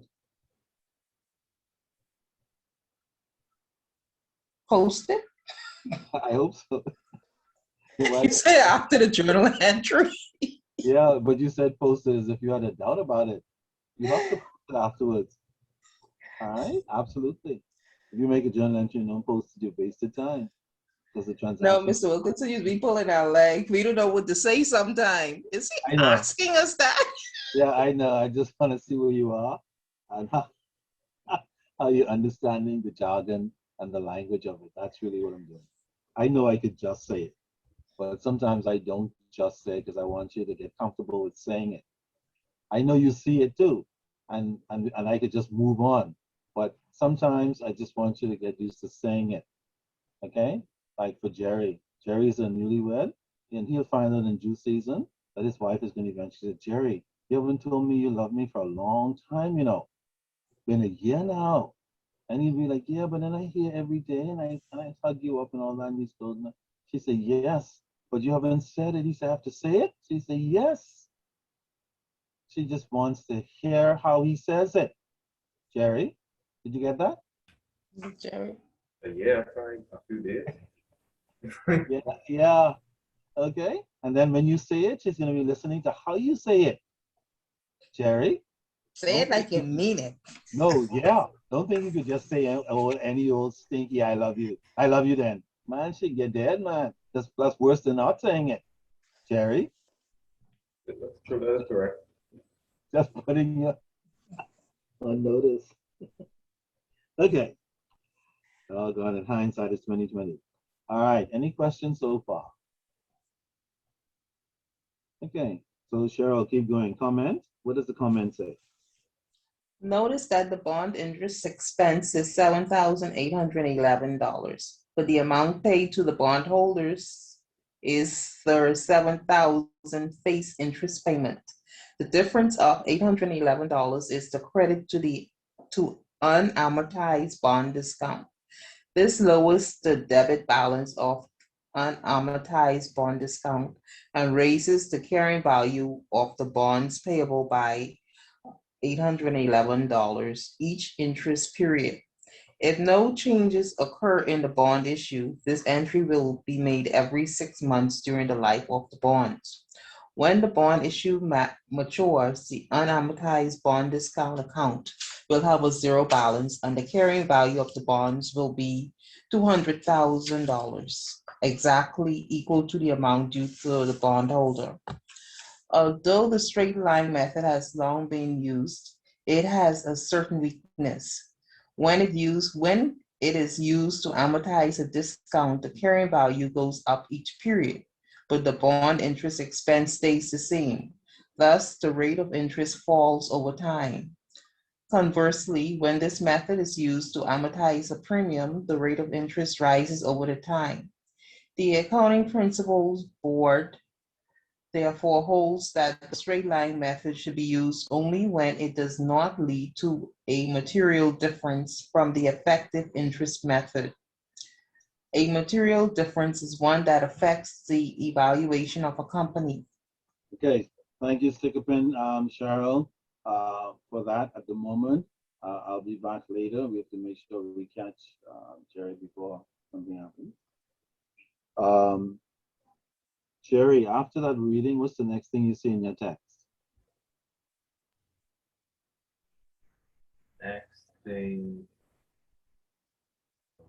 You is see something that says effective interest method? okay, yeah. I see that. Effective interest method. Okay. You see that? Yeah, I see that. Okay, great. Start from there. So now whatever you're reading will be a little different from what we're looking at. So we're gonna have to make the adjustment to follow you. Hopefully it isn't too weird. We'll see. All right, we'll pick up from there. Okay. Effective interest method. Under the straight line method, the effective interest rate changes constantly, even though the interest expense is fixed. Because the effective interest rate is determined by comparing the fixed interest expense with the carrying value that changes as a result of amortizing a discount or premium. To apply a fixed interest rate over the life of the bonds based on the actual market rate at the time of the bond issue, one must use the effective interest method. With this method, the interest expense decreases slightly each period because the amount of the bond premium amortized increases slightly. Column B. This occurs because a fixed rate is applied each period to the gradually decreasing carrying value. The first interest payment is recorded as follows. Then that's the Okay. charts. So does the next thing should be a transaction? Do you have that? Yes. Amortizing a bond discount using the effective interest method. All right, just read the transaction. Debit bond interest for the amount $6,256. You actually doing the entry already? It goes straight into that. It doesn't say anything about the transaction? No. Doggone it. So it doesn't say anything about that 191,899, all that stuff, and what we need to do, go straight into it? Yep. Straight into it. Okay, that's interesting. So what does it say? It says the debit bond interest expense for the 6,256. Debit unamortized bond discount for 744, and then credit cash for 7,000. Ah, that's the entry for the transaction at the end of the day. Okay, and then what follows that? And then after that, there's a table indicating the interest and amortization of the bond. Yes, yeah, there's an effective rate table showing all the steps. Do you have in your textbook like all the columns being described? Column A, column B, column C? Yes. Great. I want you to go start with column A.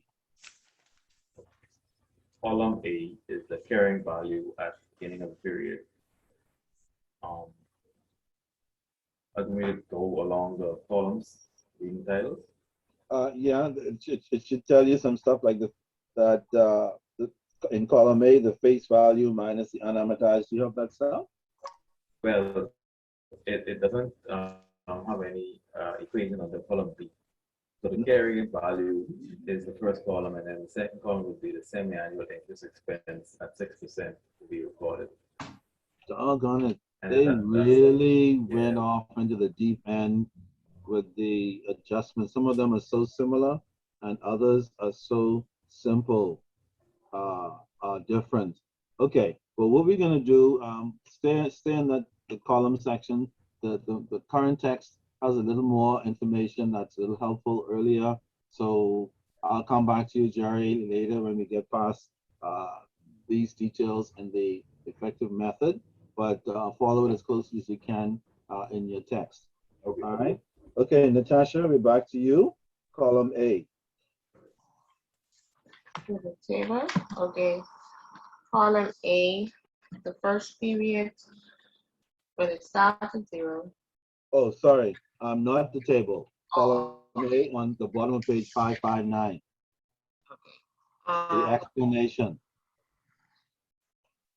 Use the same facts for carrot that we used earlier.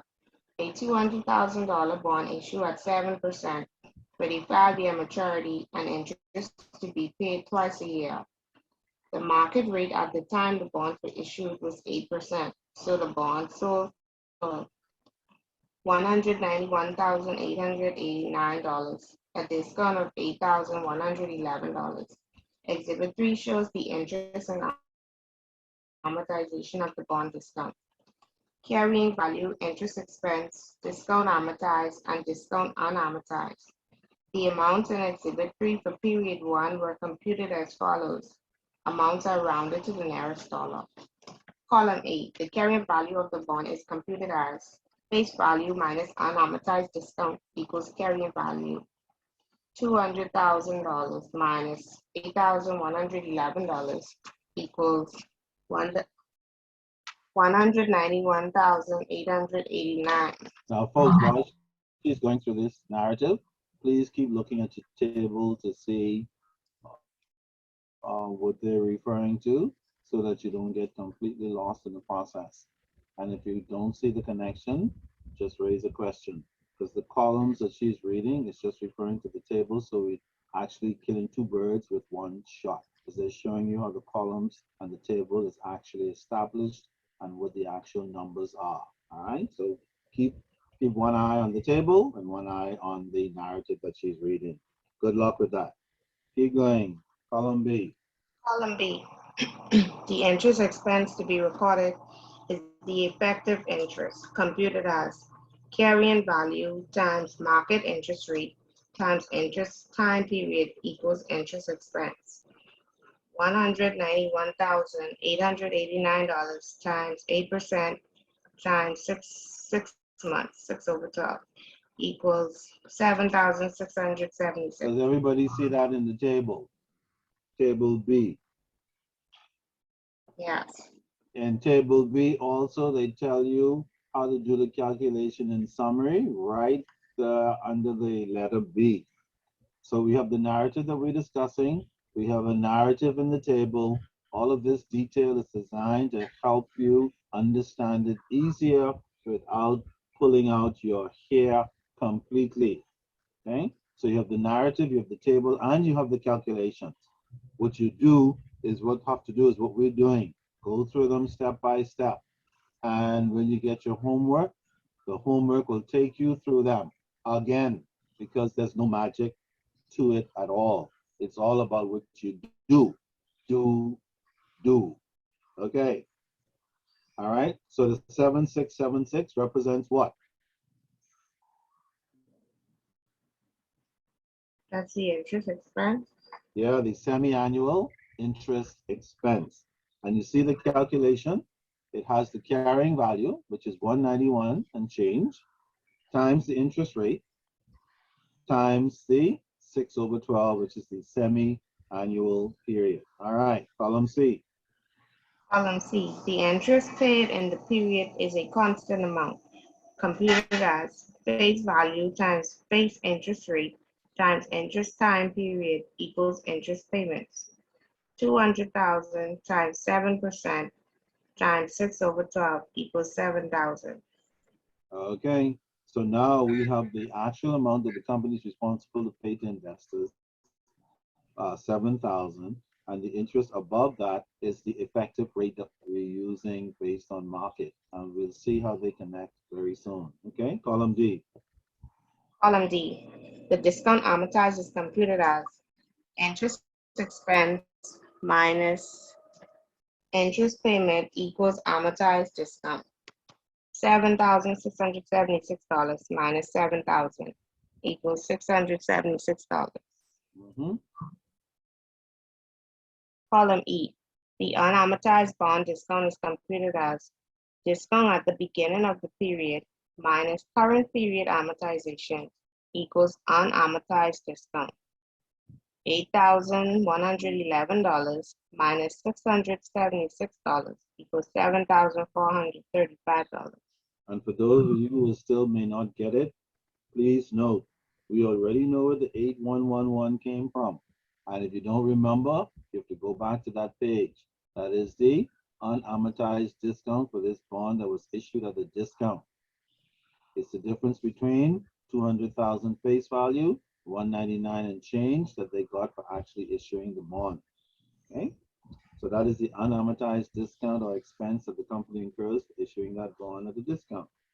minus the 676, which is the amortized amount for the first 6 months, which means that the 7,435 is what is left to be amortized over the remaining periods for this bond.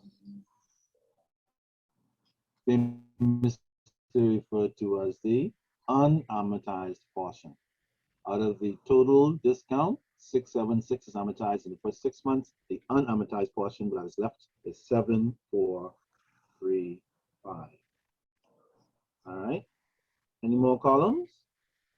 Yes, Mhm. but there's a note under Yeah, okay, the note. the unamortized discount decreases in each interest payment period because it is amortized as a portion of interest expense.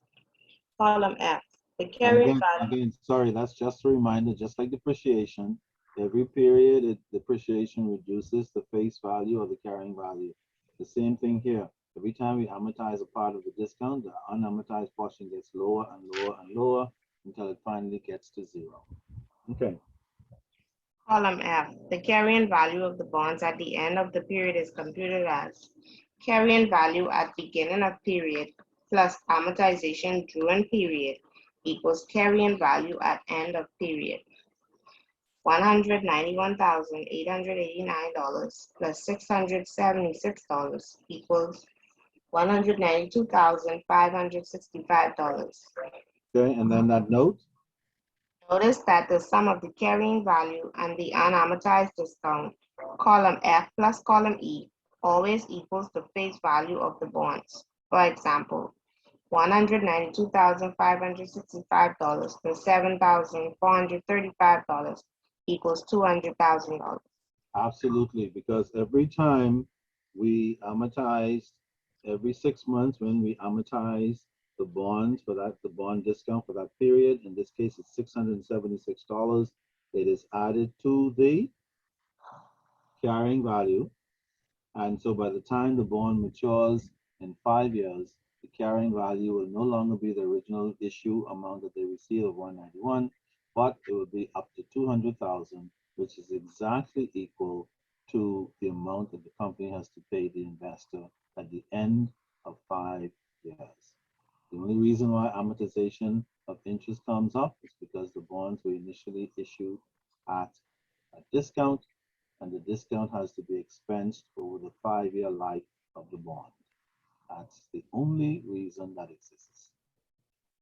All right, so I hope you've been looking at the table while she was reading the columns, and you'll see if you follow them step by step, the effective interest rate table is a very simple table to understand, especially once you understand the steps.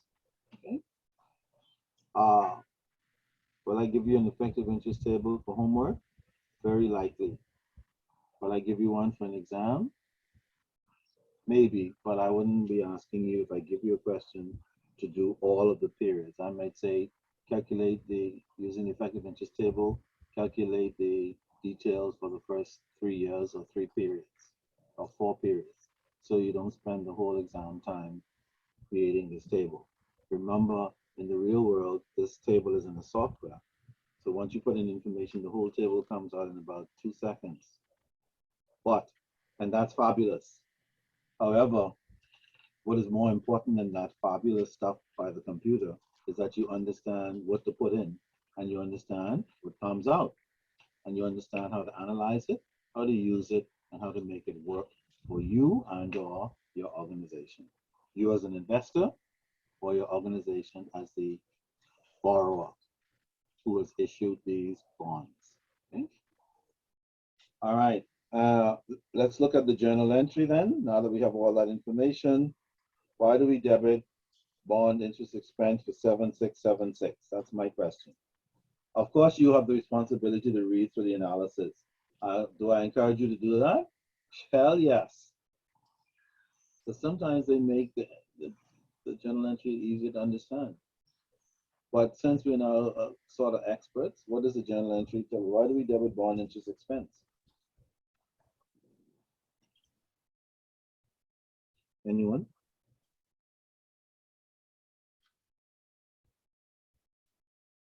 Well, let me ask another question. Does the bond interest expense of 7676, is that made up of one number or two numbers or amounts?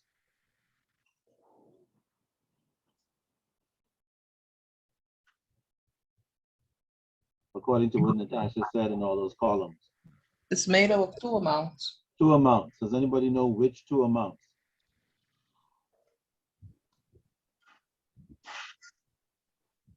The interest being paid and the unamortized bond discount.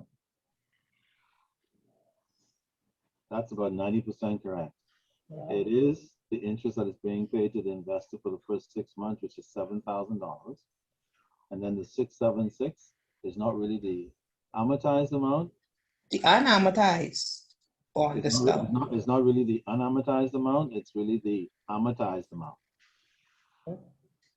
Be careful with un and up. But why does it say unamortized bond discount? That's what it says in this yellow Yeah, box. and I'm glad you're sticking to your guns. It says that because that is the name of the general ledger account.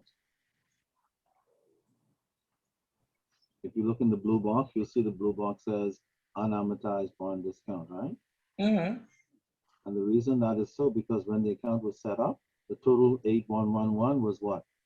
Unamortized, Mm-hmm. right? Right. And the goal is to get that unamortized account to what? 0.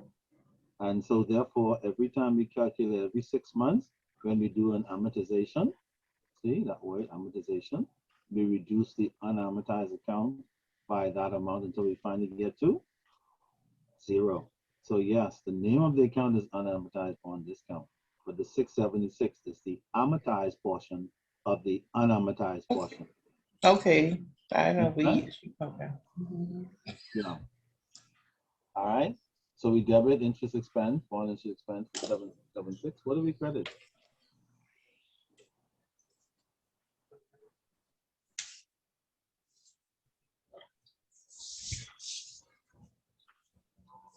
It's right there. What do we credit?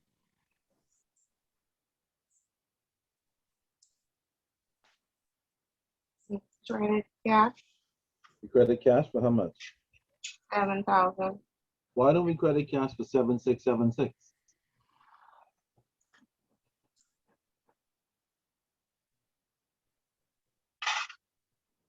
I know. I'll tell you.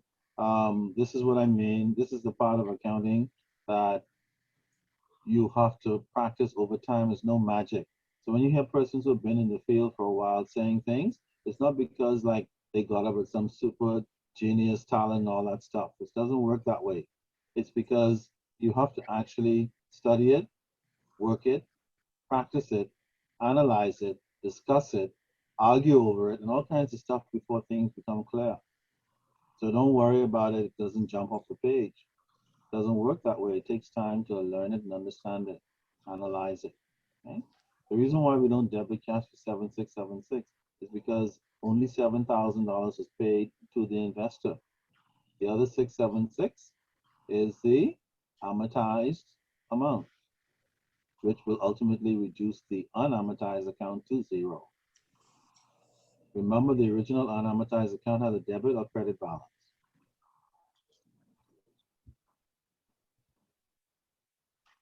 The original unamortized account has a debit or credit balance. What about debit balance? Of how much in this example?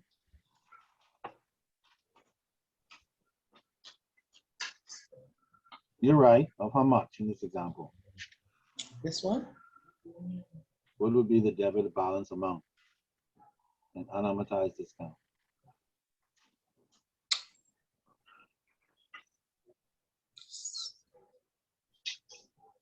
I want to say a figure, but I'm not sure it's correct. That's okay. Let it rip. Who cares if it's correct or not? At Me? the moment, just let it rip. Don't worry about this and that. Let it rip. I'm not sure.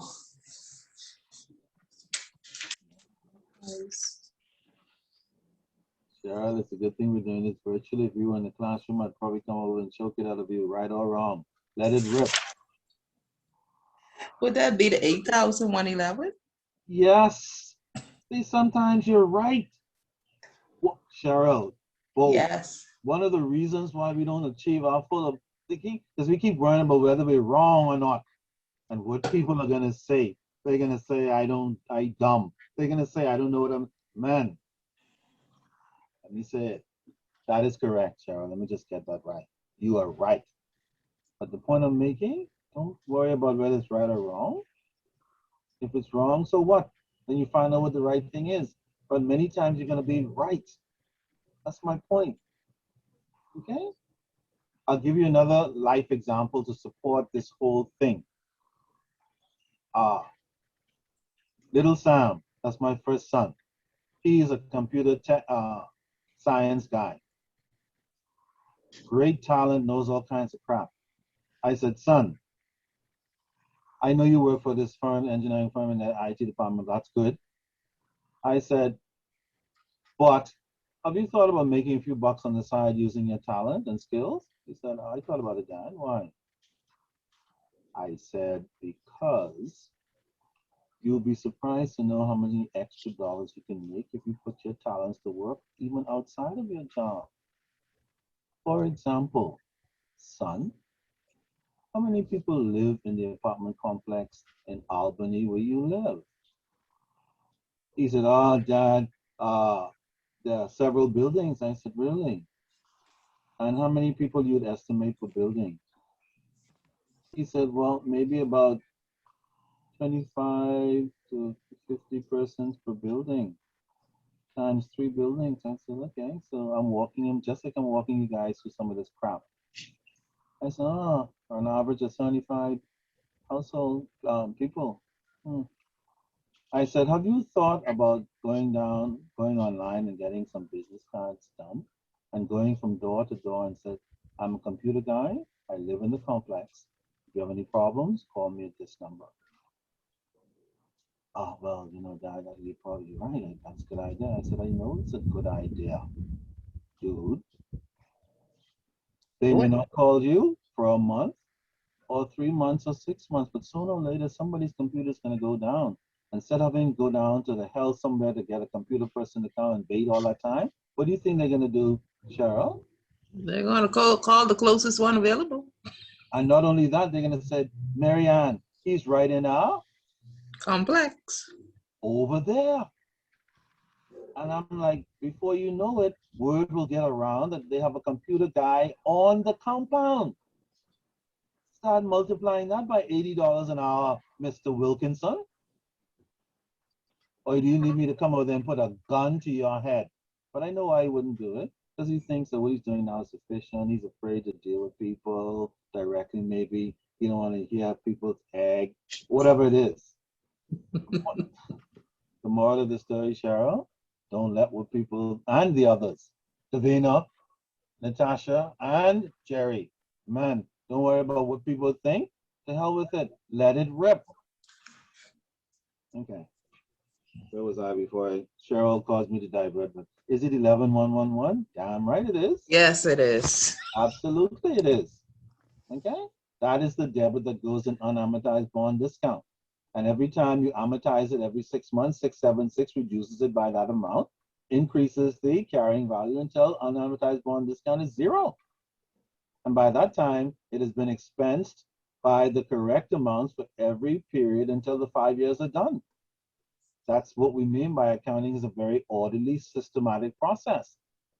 And if you do it right, there's no guesswork in it at all. It must balance. That's why in accounting, if things don't balance, you know right away somebody made a grave mistake or somebody is up to no good. All right, they're cooking the books. They're fixing numbers. They're making things balance that are not necessarily correct. Okay. All right. And so, Cheryl, one more thing, the comment. Although,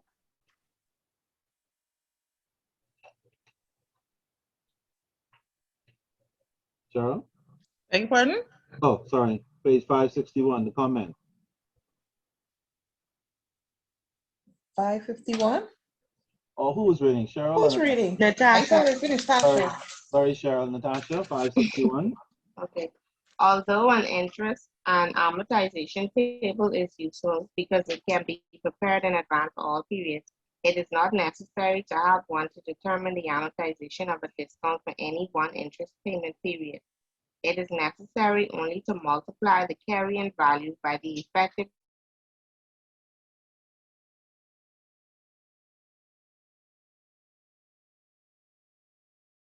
interest payment period is $855, calculated as carrying value times interest rate minus interest payment equals amortized discount.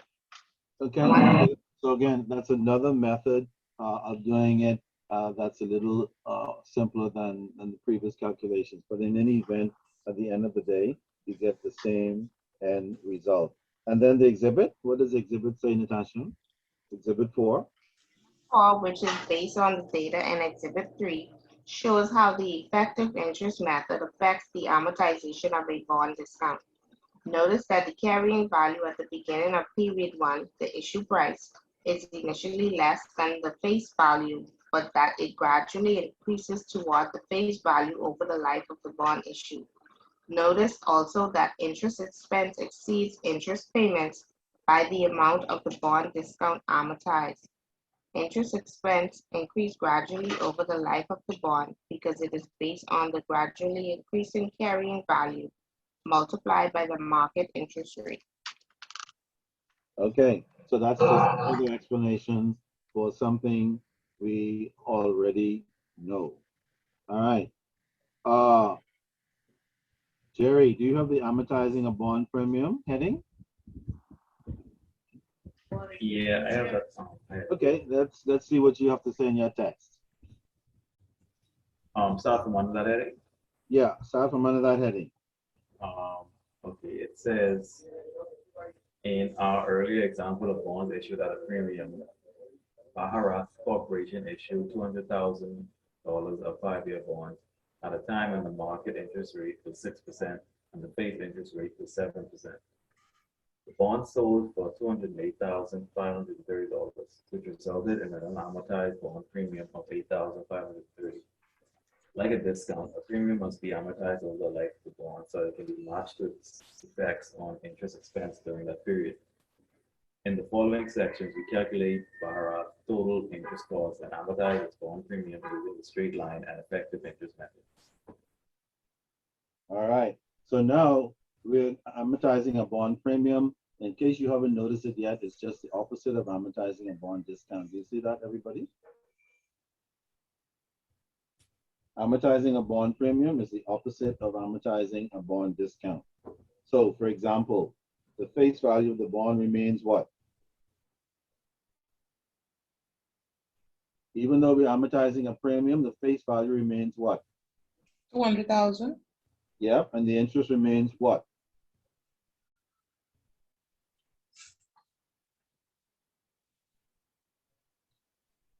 Is it not there right in the calculation, the example? The interest is 6%. The amount remains what for the life of the bond? We've been saying 7,000. not 7. 7 is the semi-annual for the life of the bond. You guys don't have the table that I'm looking at in the middle of page 562?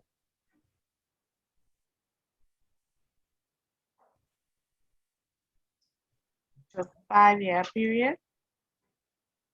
Yeah, the total interest that the company will pay in 5 years is how much?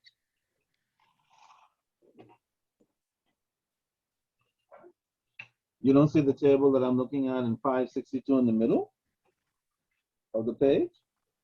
Total $61,470. No. Page 562, under the heading interest expense for bond interest at a premium. The total interest payment expense are as follows. You guys don't have that?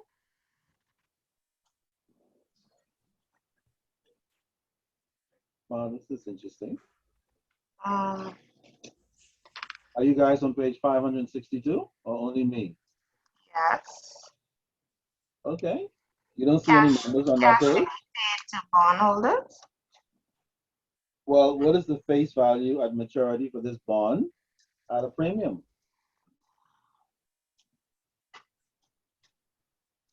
That'll be the 200,000. Okay, and what is the total interest that will be paid over 5 years for this bond? That'll be the 8,530. Mm-mm. No, Right. that would be the Interest 200,000 times the 7% for 5 years. Yeah, which is? 70,000. Yes. Which is How we right. get there? It's right on that Right page. there, Cheryl. Okay. In the middle of the Under page. interest expense for Oh, we bond. went back then. Okay, we went back. Okay, I was Yeah, going page forward. 562. Okay. So what will be the total cash payment for this bond over 5 years? 270,000. Indeed. However, this bond is issued at a premium. What is the premium amount? It was sold for 208,530. Where did that come from? They told us the bond was sold for that amount. Aha. This bond was sold in the market for that amount because the bond face value was higher than the market rate, so they could sell the bond at a higher price. Just like if the bond is lower than market, they have to sell it at a discount, as we did previously. So this bond was sold at a premium, which means that the premium amount to be amortized equals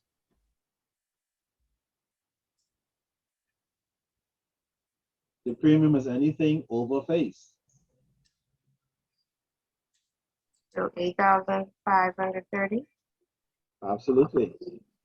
What would be the total interest expense over the entire period?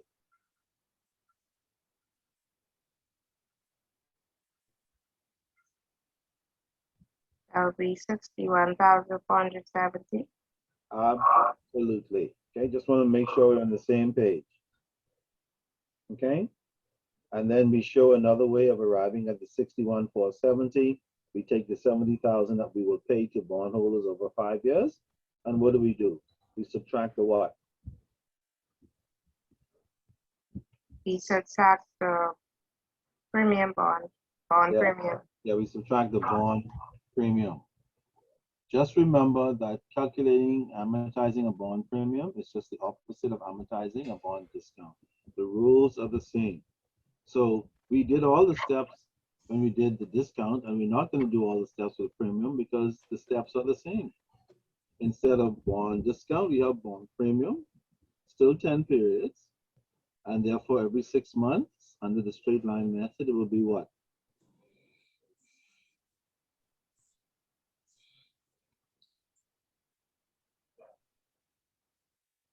Right on page 563. Using the straight line method to amortize the premium, it'll be the premium amount of 8,530 divided by 10 periods, just as with the discount. And the amount of the premium amortized every 6 months would be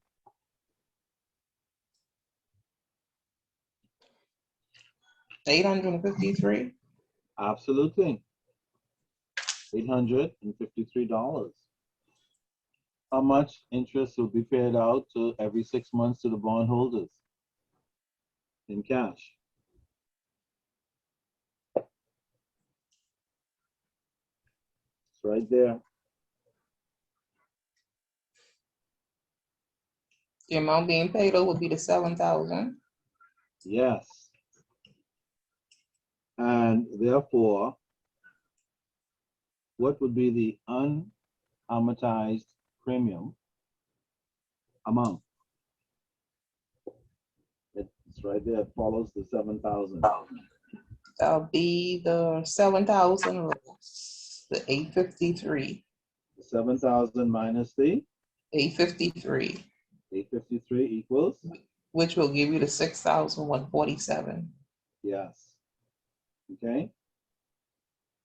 It's the same as the discount. It's just on the other side of the fence. All right. And so once, that's the straight line method. Nothing changes, only the amounts, because one is a discount, one is a premium. Somehow students get confuddled for some reason, but once you understand one, you understand the other one. So my thing is, I tell students, learn the one very well, and then the other one becomes easy to apply. If you don't learn one or the other very well, then the other one becomes a little more difficult to put in perspective. Eventually you get it.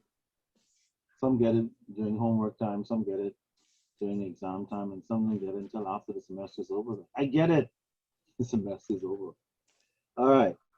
But it's okay. It doesn't matter when you get it. Well, it does matter, but you know what I mean. All right. So what journal entry do we make for the bonds that have been issued at a premium? What do we debit?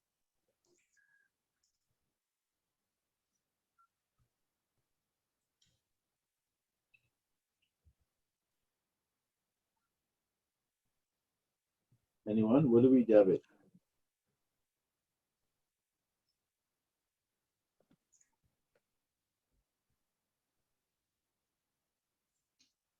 Okay, an easy question. What do we credit? You credit the cash for 7,000. 7,000 that we pay to the bondholders. Now what do we debit in order to balance the entry? We'll debit the bond interest expense, For how much? 6,147, Yes. and the amortized portion of the bond, which is 853. Is it amortized? Yeah, the amortized. Way to go, Cheryl. The amortized. You corrected me the last time. Way to go. I love it. The amortized portion of the bond premium, which is 853. Way to go. Even though the account name is unamortized, the 853 represents the amortized portion. Okay. Doggone it. Go to the head of the class on that one. All right. I was wondering if you would remember that. Okay. And so, again, the transactions are not difficult. All you need to do is understand the specifics as they apply to the discount and the premium and which side of the ledger it goes on. And really, after that, it is not difficult at all. We walk you through this long, what appears to be drawn out process, but that is only, again, so that you can understand clearly and have a point of reference if you're doing homework or if you're on the job and you need to grab your old book and dust it off to find out the steps, whatever it is, so that you do it correctly. Okay, that's the key. All right, and then of course the second method is the effective interest method, same as the discount. The steps are the same, except instead of using discount amounts, we're using premium amount. That's it. Same ABCD, same calculations. All right. So I'm going to find out soon and very soon how you guys actually make the connection, even though the only difference is one is the premium side and one is the discount side. Okay? The key, of course, is that we use two methods, the straight line method, and we use the effective interest rate method using the tables. All right. When you get to the tables, you just follow it step by step. Don't make up anything, don't create anything, don't add anything, don't subtract anything. Follow the steps. I always encourage students when the class is over, first chance you get, go and look at the tables specifically because they create the biggest problem. See if you understand the steps for a couple of the columns. See if you understand the numbers and how we arrive at them. And then once you are comfortable with that, and it's homework time and otherwise, you'll find that your life is so much easier in understanding those tables. All right. So under the effective interest method now, once we come, we know that the numbers are going to be different from straight line, but that's okay. What is the transaction? Natasha, what is the transaction at the bottom of page 564? When bonds are issued at a premium, interest expense will be less than the interest rate on the bonds due to the amortization of the premium. Okay. So now we see something new slightly. All right, when it's issued at a premium, the interest expense is going to be less because the bond was issued for what? More. When it's issued at a discount, the interest expense is going to be higher because the cost of issuing it is more. All right, and so let's see how that works as far as the table is concerned. Again, how much cash on using the effective interest rate table? How much cash is paid out for July 1 to bondholders?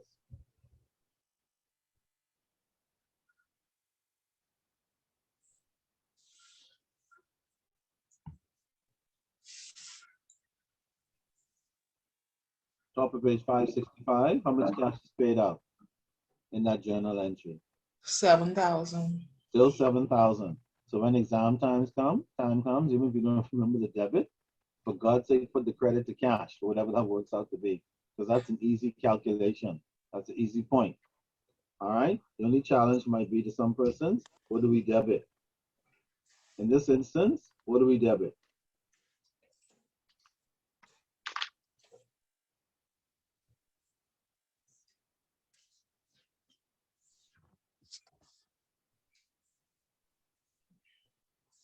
You'll debit the bond interest expense for the 6,256 Yes. And what else do we debit?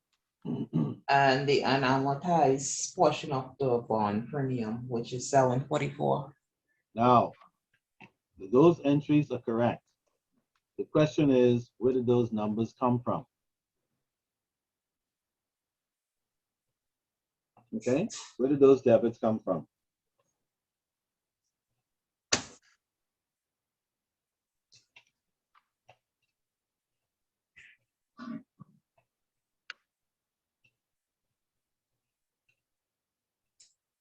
Anybody see?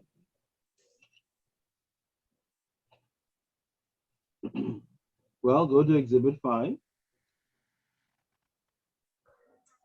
effective rate table, semi-annual period number 1.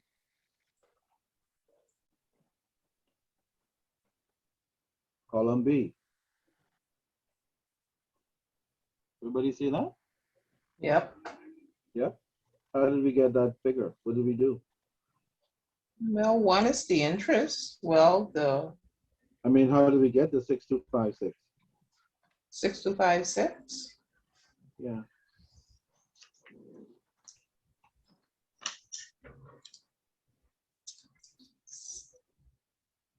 They tell you in the brackets right in column B.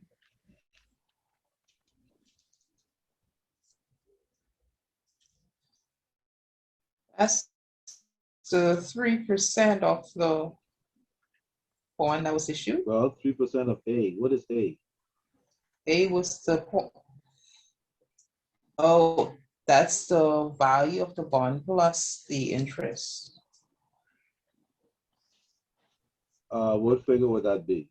208,530. So that's the carrying value of the bond at the beginning of the period. Is that the amount that the bond was issued at?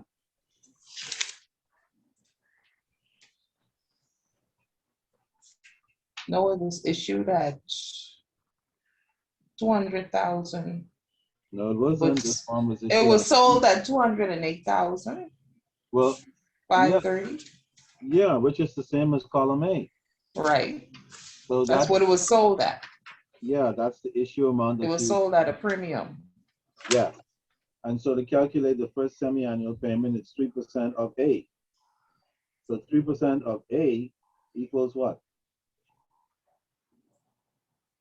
3% of A equals to 6,256. Which is what we have as a debit, the bond interest expense in the journal entry, correct? Right. Okay. Now, column C, we have the normal payment, which is what we credited the cash, correct? Right. And then in column D, we calculate the amortization of bond premium. What's the formula for that? C minus B. What's C? C, what is the interest? C is the actual cash. Payment to the bondholder. Yeah, and what is D? B is with the interest to be recorded, which is 3% of the carrying value. So when we do that math, C minus B, what do we get? 744. Absolutely, which is the next debit in the journal entry. So I'm just trying to show you these numbers didn't fall at the sky, they came from the table. Okay? Right. And D, sorry, E, what is E? What's the name of column E? Unamortized bond premium at the end of the period. In this case, period Yes. 1. Right. What's the formula? That will be E minus D. And what is E? E is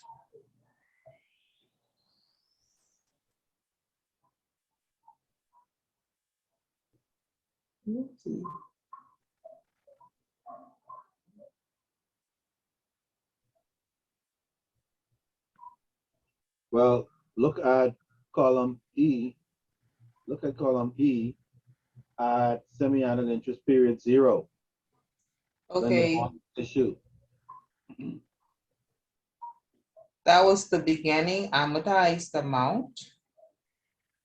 That was the beginning unamortized premium amount. Unamortized amount less the amount that was amortized. So that would be what numbers? That'll be 8,530 minus the 744. Thank you very much. Just in case you were wondering, there's no magic. Okay, so now the unamortized bond premium becomes what number? 7,786. Absolutely. Does that impact F? Yes, that What is it? reduces the carrying value From what to what? from 208,530 to 207,786. Thank you. What's the difference between those two numbers? $7,786. On my mind. All I can say, it might be a little tedious while everybody's having fun, but please to go to the effective interest rate tables under both conditions for discounts and premiums. Make sure you understand how those columns work for the first couple of periods, because once you understand how they work, even when it's homework time or even test time, it makes your life so much easier. Okay, for sure. All right. Thank you very much, Cheryl. It's amazing how things open up when you get involved into the nitty-gritty of it. It's amazing how much pain and sorrow, though, when you don't get into the nitty-gritty of whatever it is. All right, Jerry. By the way, Davina, are you still there?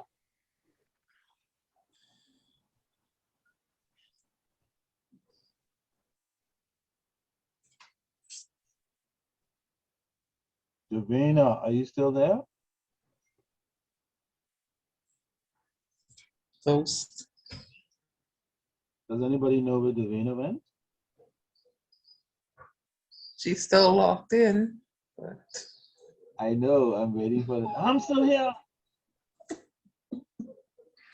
Somebody has to be the devil's advocate. I guess that's me again today. Davina? ¿Está aquí? No habla español. Okay. I guess Davina is off and running with some matter at the moment. She'll join us, I suppose, soon. Jerry, are you still there?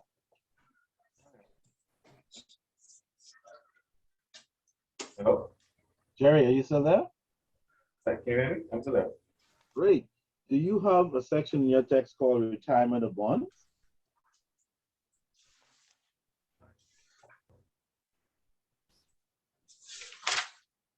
The heading is retirement of bonds. Should be a big, Yes. bold thing. But I think the problem is the name big and bold in my book, like it's a little, like a It's a little little- wording on the side. Yeah, yeah, I figured that much. Yeah, I have it though. What is the opening? So how does that open the discussion? Um, it talks about how companies pay bonds on the due date, the maturity date. However, um, the callable and convertible bonds, retiring a bond issued before its maturity date can be to a company's advantage. Okay, so in other words, retirement of the bond looks like it talks about paying it off. When we retire debt, that means we paid it off. When we retire a mortgage, it means we paid it off. When we retire a bond, it means we paid it off. When we retire treasury stock, that means we get rid of it, remember? And we don't use it anymore. We don't issue it anymore. It's gone, asleep, tucked away. All right. Do you have a transaction for the retirement of bonds? Yes, How does your transaction read? it reads debit to bonds payable It went unamortized. right into the journal entry? Yes, it did. Straight into. So it doesn't say on July the 1st, John Doe and doggone Barack Obama went into a bond with the face, but none of that? Oh, well, yeah, it says that in the reading, yeah. Yeah, that's what I want you to read. Okay, The details leading up to that journal entry. okay. Um, let's suppose that Bharat Corporation can call or retire at 105 the 200,000 of bonds it issued at premium on January 1st, 2010, and it decides to do so on July 1st, 2013. The retirement thus takes place on the seventh interest payment date. Assume that the entry for the required interest payment and the amortization of the premium has been made. The accountant entries to record the retirement of the bond of it as follows. All right, so the bonds retired in what period? Seventh payment period. Yeah, the seventh interest payment period. This 200,000 bond was retired. What was it issued at? What was the bond issued at? Um, A premium or a discount? at a premium. A premium of how much?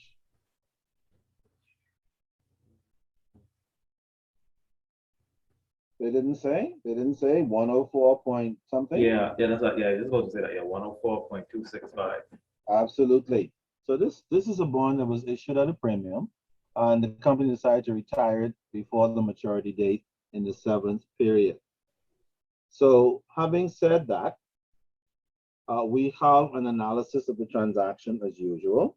The question is, when the company decides to retire a bond, what journal entry do we prepare? Okay. Now let's look at the journal entry first, and then we look at the comment. To retire this bond, what do we credit? To get rid of it, put it away, pay it off. Cash. For how much? In this example, 210,000. Well, first of all, why do we credit cash? Because you're paying out cash in order to retire it. Correct. In order to retire it, just like preferred stock, if you call it early, just like preferred stock, if you call it early or you retire the stock early, you have to pay extra, or you have to certainly pay an amount of money. In this case, the retirement cost for the bond was $210,000 that was paid out. So that's the credit side. Now we have to determine what the debit side will look like. Well, first of all, when we retire the bond, we have to retire the liability. What was the original liability? Bonds payable, Of how much? 200,000. Very interesting. So we pay off the original face value of 200,000, but there was an extra 10,000 and change that 10,000 that we had to pay, and so we have to account for that. What constitutes the 10,000? The bond premium and the loss on retirement of bonds. Interesting. All right. So in the seventh period, the unamortized bond premium amount, that was outstanding on the books was how much? 2,830. 2,830. And so you might say, as a group, well, where did that come from? Well, that would come from your table that you should have prepared when you issued this bond for your company. See my point? The same effective interest rate tables that we talked about. So we're assuming, and they said that in the narrative, that we're assuming that all the amortization tables and schedules are correct. So in period 7, when the bond is amortized, there's a part of it that is not fully amortized. That's 2,003,530. Which means what?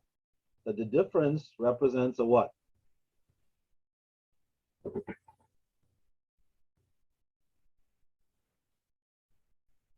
A loss. Of how much? 7,107. So in other words, in order to retire this bond, the company is incurring a loss to do so. I'm sure they have their reasons. They're sitting at the board table and deciding why they're retiring the bond, and to hell with the loss, because somewhere along the way, even though they're going to suffer a loss, the benefits are going to be greater, in their opinion, than the loss they will suffer. Okay? My question at this point is, where did the $210,000 come from that was paid out to retire the debt?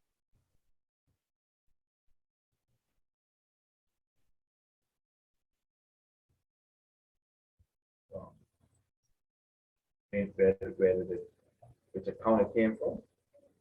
Yeah, where did the 210,000? Why did we have to pay 210,000? Oh, that's that figure. Yes. Um,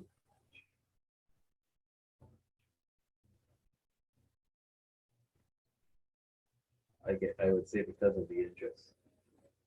That Say it was again? because of the interest and the premium. Okay. What calculation do you think yourself or anyone who might come up with it? What calculation do we make to come up with the 210? Did we just pull it out of our hat, like abracadabra?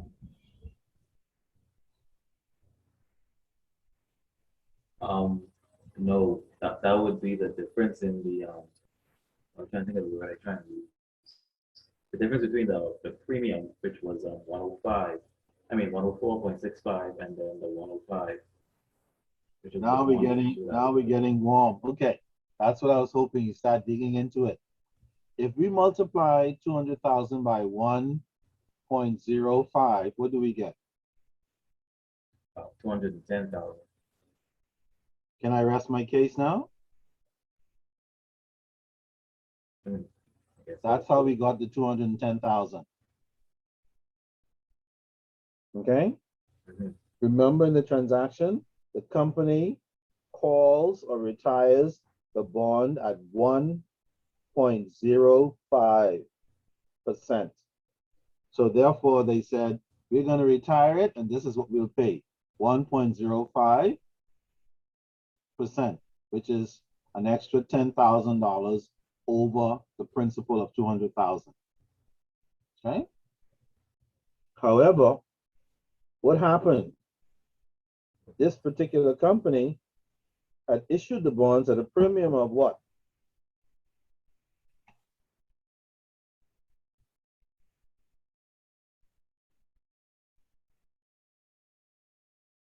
The company issued the bonds at a premium of what amount?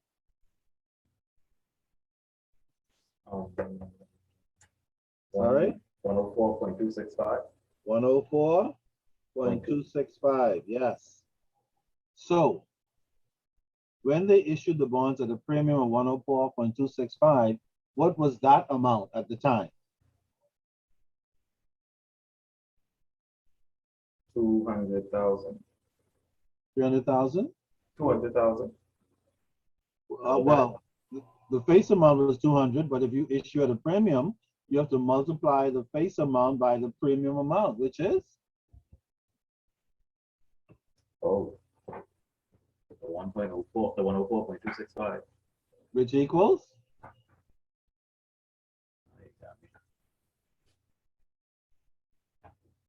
That equals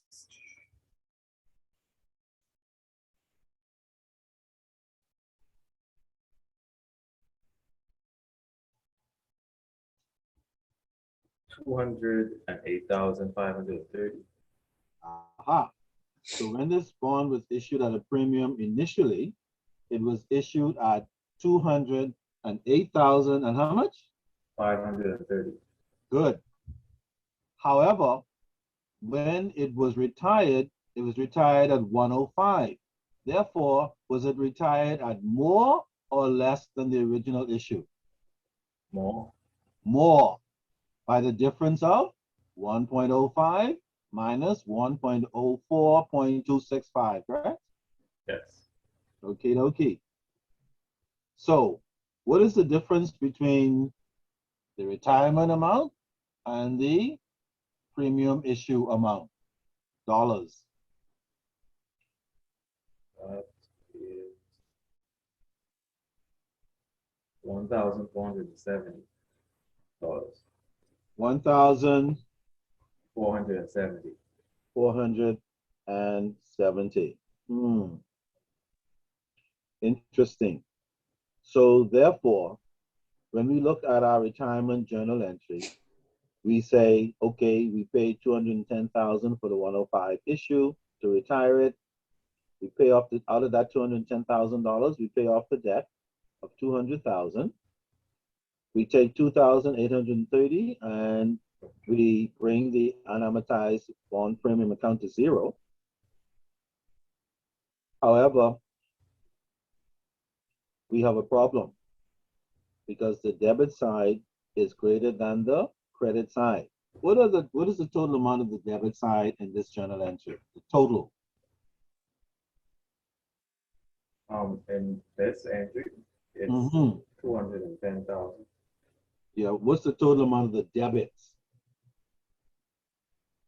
And when you say the debit, you mean of all the accounts that were debited for that transaction? Yeah. How many debit transactions are in this journal entry? 3.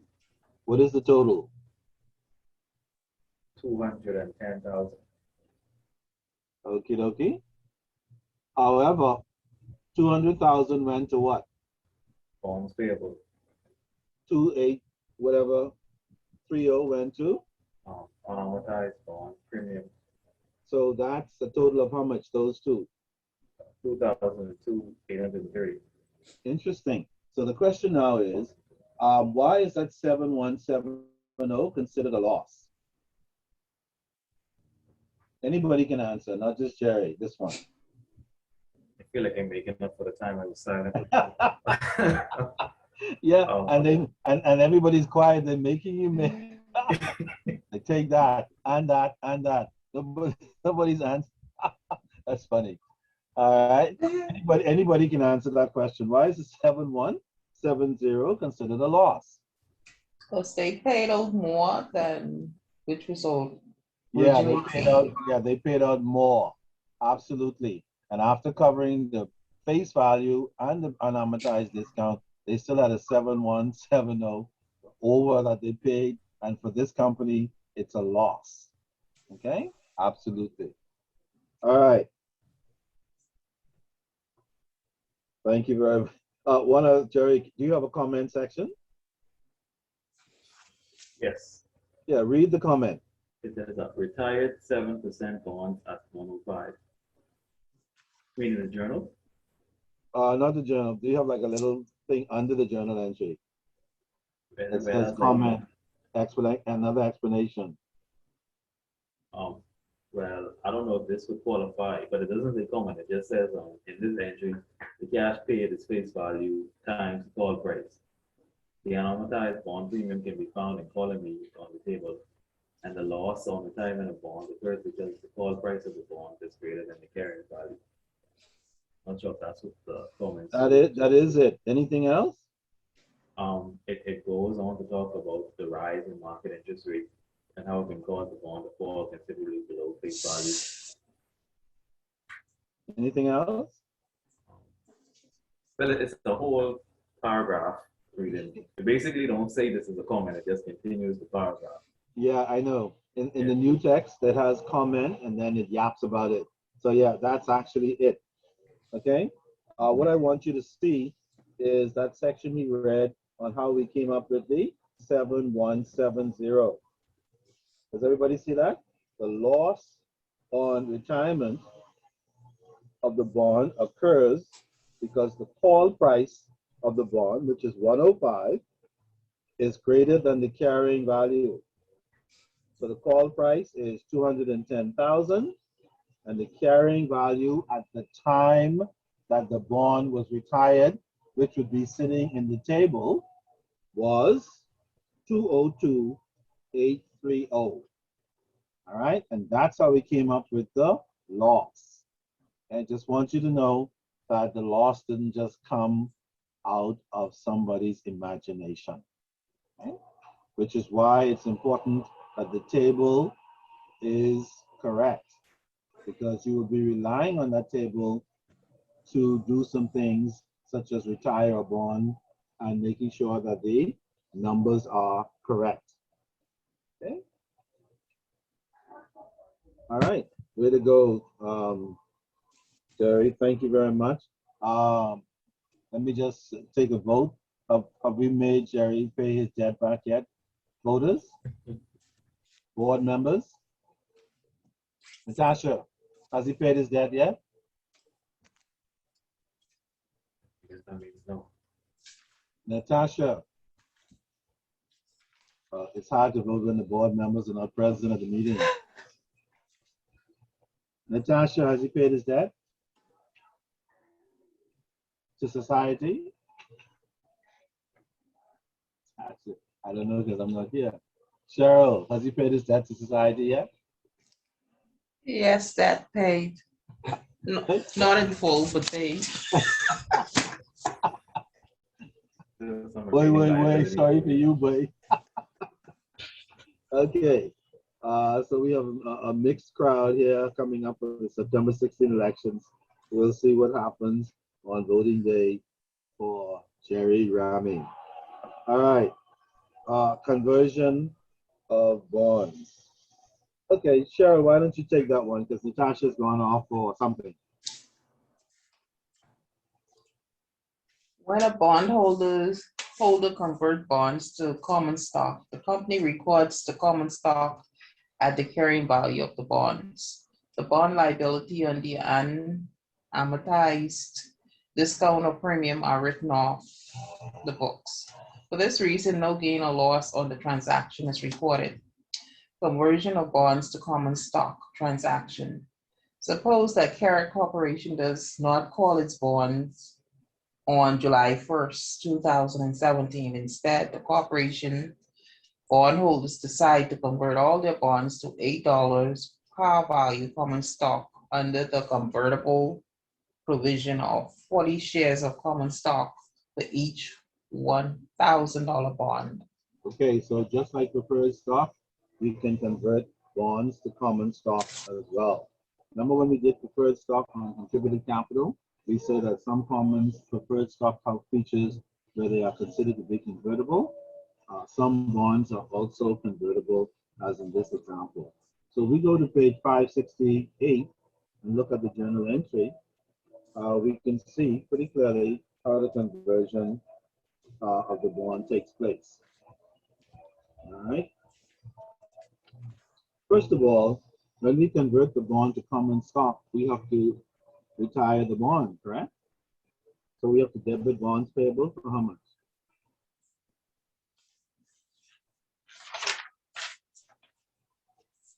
$200,000. 200,000 because we're getting rid of the bond. The other account that we have to debit is what?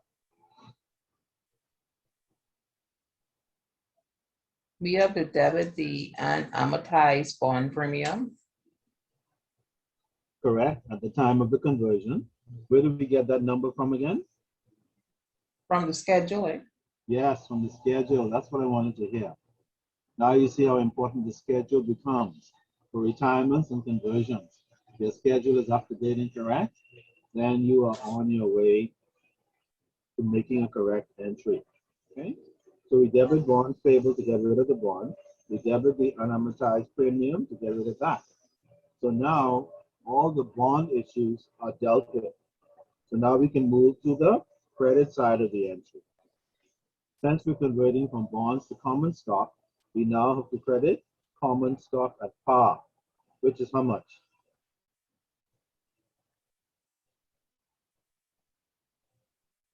Credit common stock at par, which is how much? $8 par value. I mean, sorry, the total amount. Eight, In the journal, oh, it's 64,000. correct?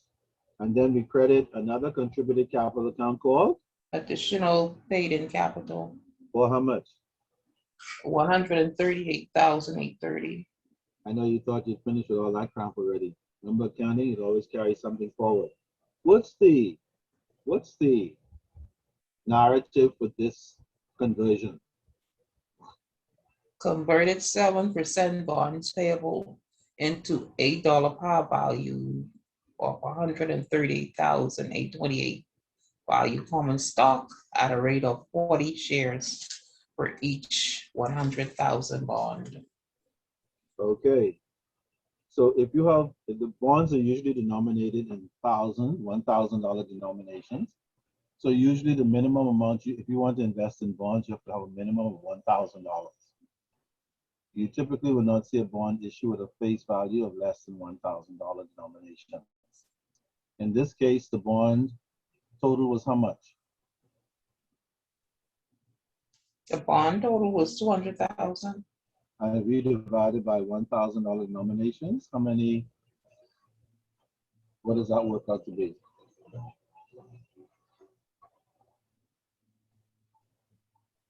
$200,000 divided by 1,000.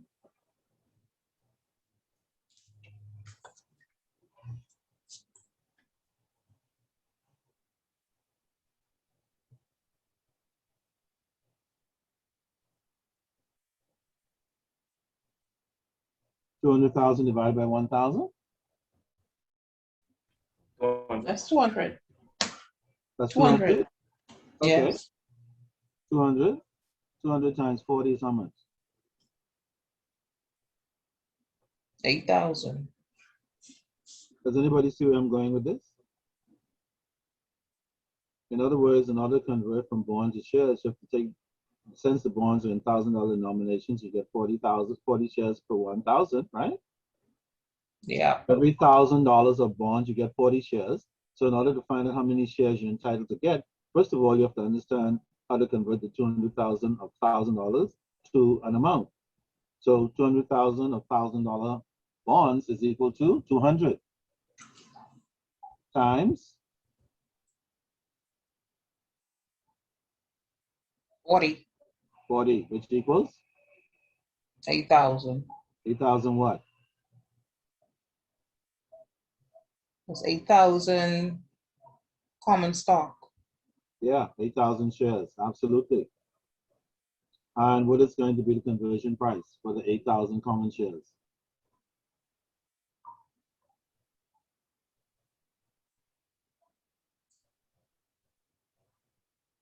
It's right in the narrative at the top. What is the conversion price in the transaction? Times 8,000 $8 per share. Times $8 per share. equals? 64,000. So that common stock for 64,000 is where that came from. Does everybody see that?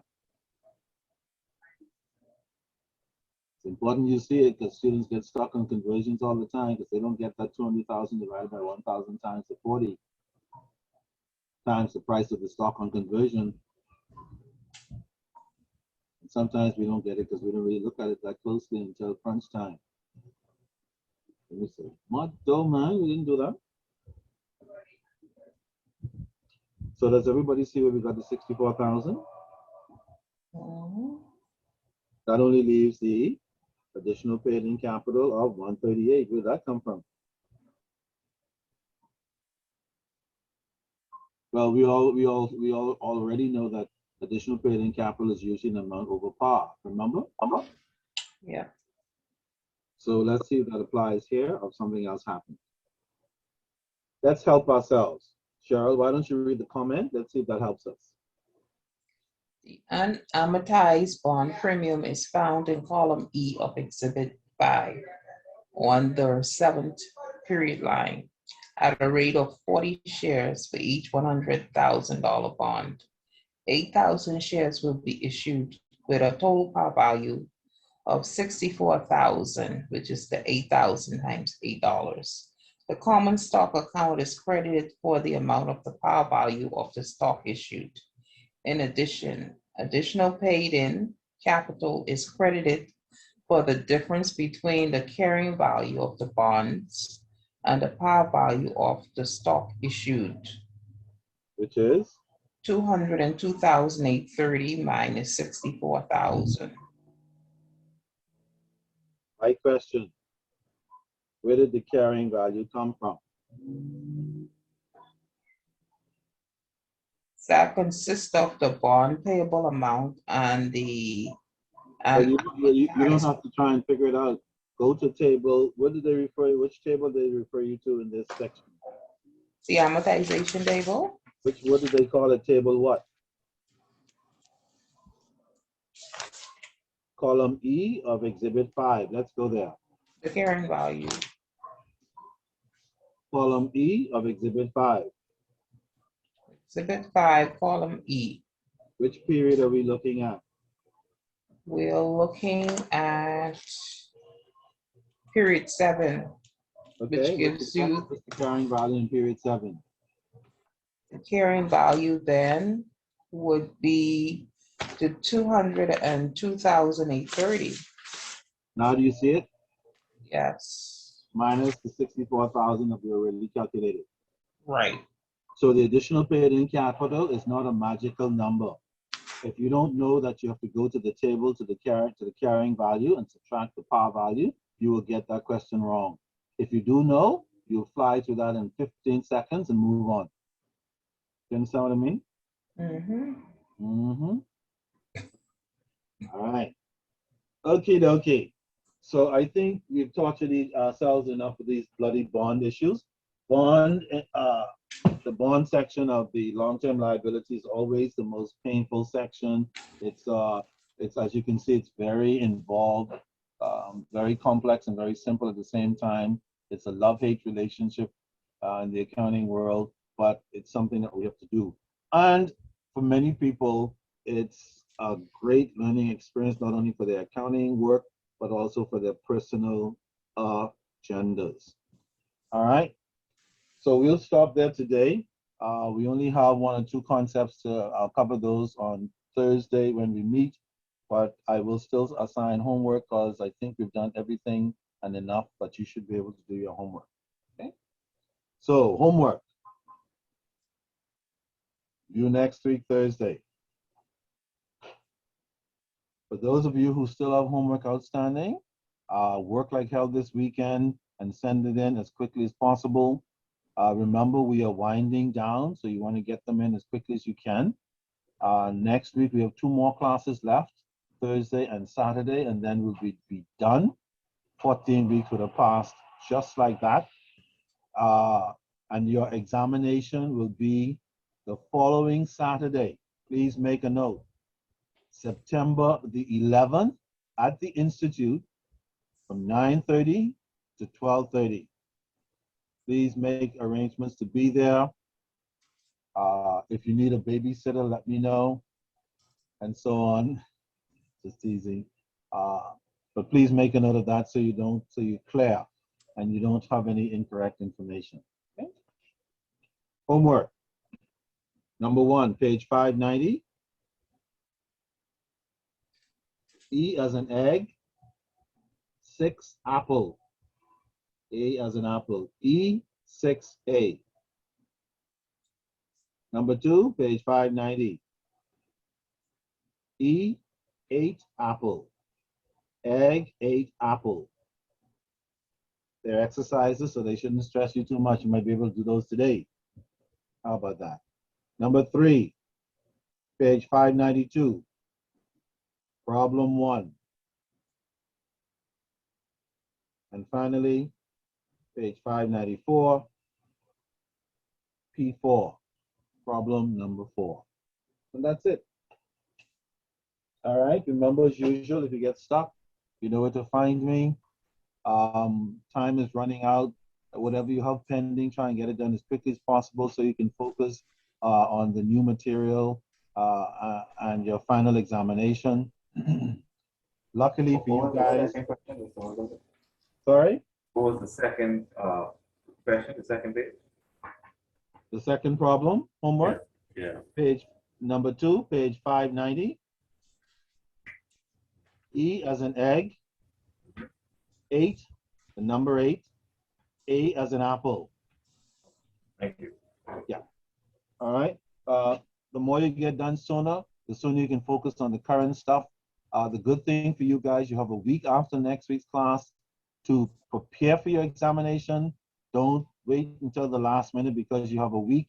Because remember, that week that you wait for potentially, all kinds of things might happen in the interim. Your company might change boards. As they go out of business, you become redundant. Somebody break a toe, whatever crap happens. All right, so do not wait until the last minute, even though you have time. Start preparing early. Finish homework as early as you can. Start reviewing and reading and going over homework problems from previous stuff as soon as you can. And anything that baffles you, that is not particularly clear, please make a note of them. And when we come on Thursday, raise them because your questions in any area, the answer to those questions could very well be useful to your colleagues as well. All right. So if there are no other questions, you guys be safe out there.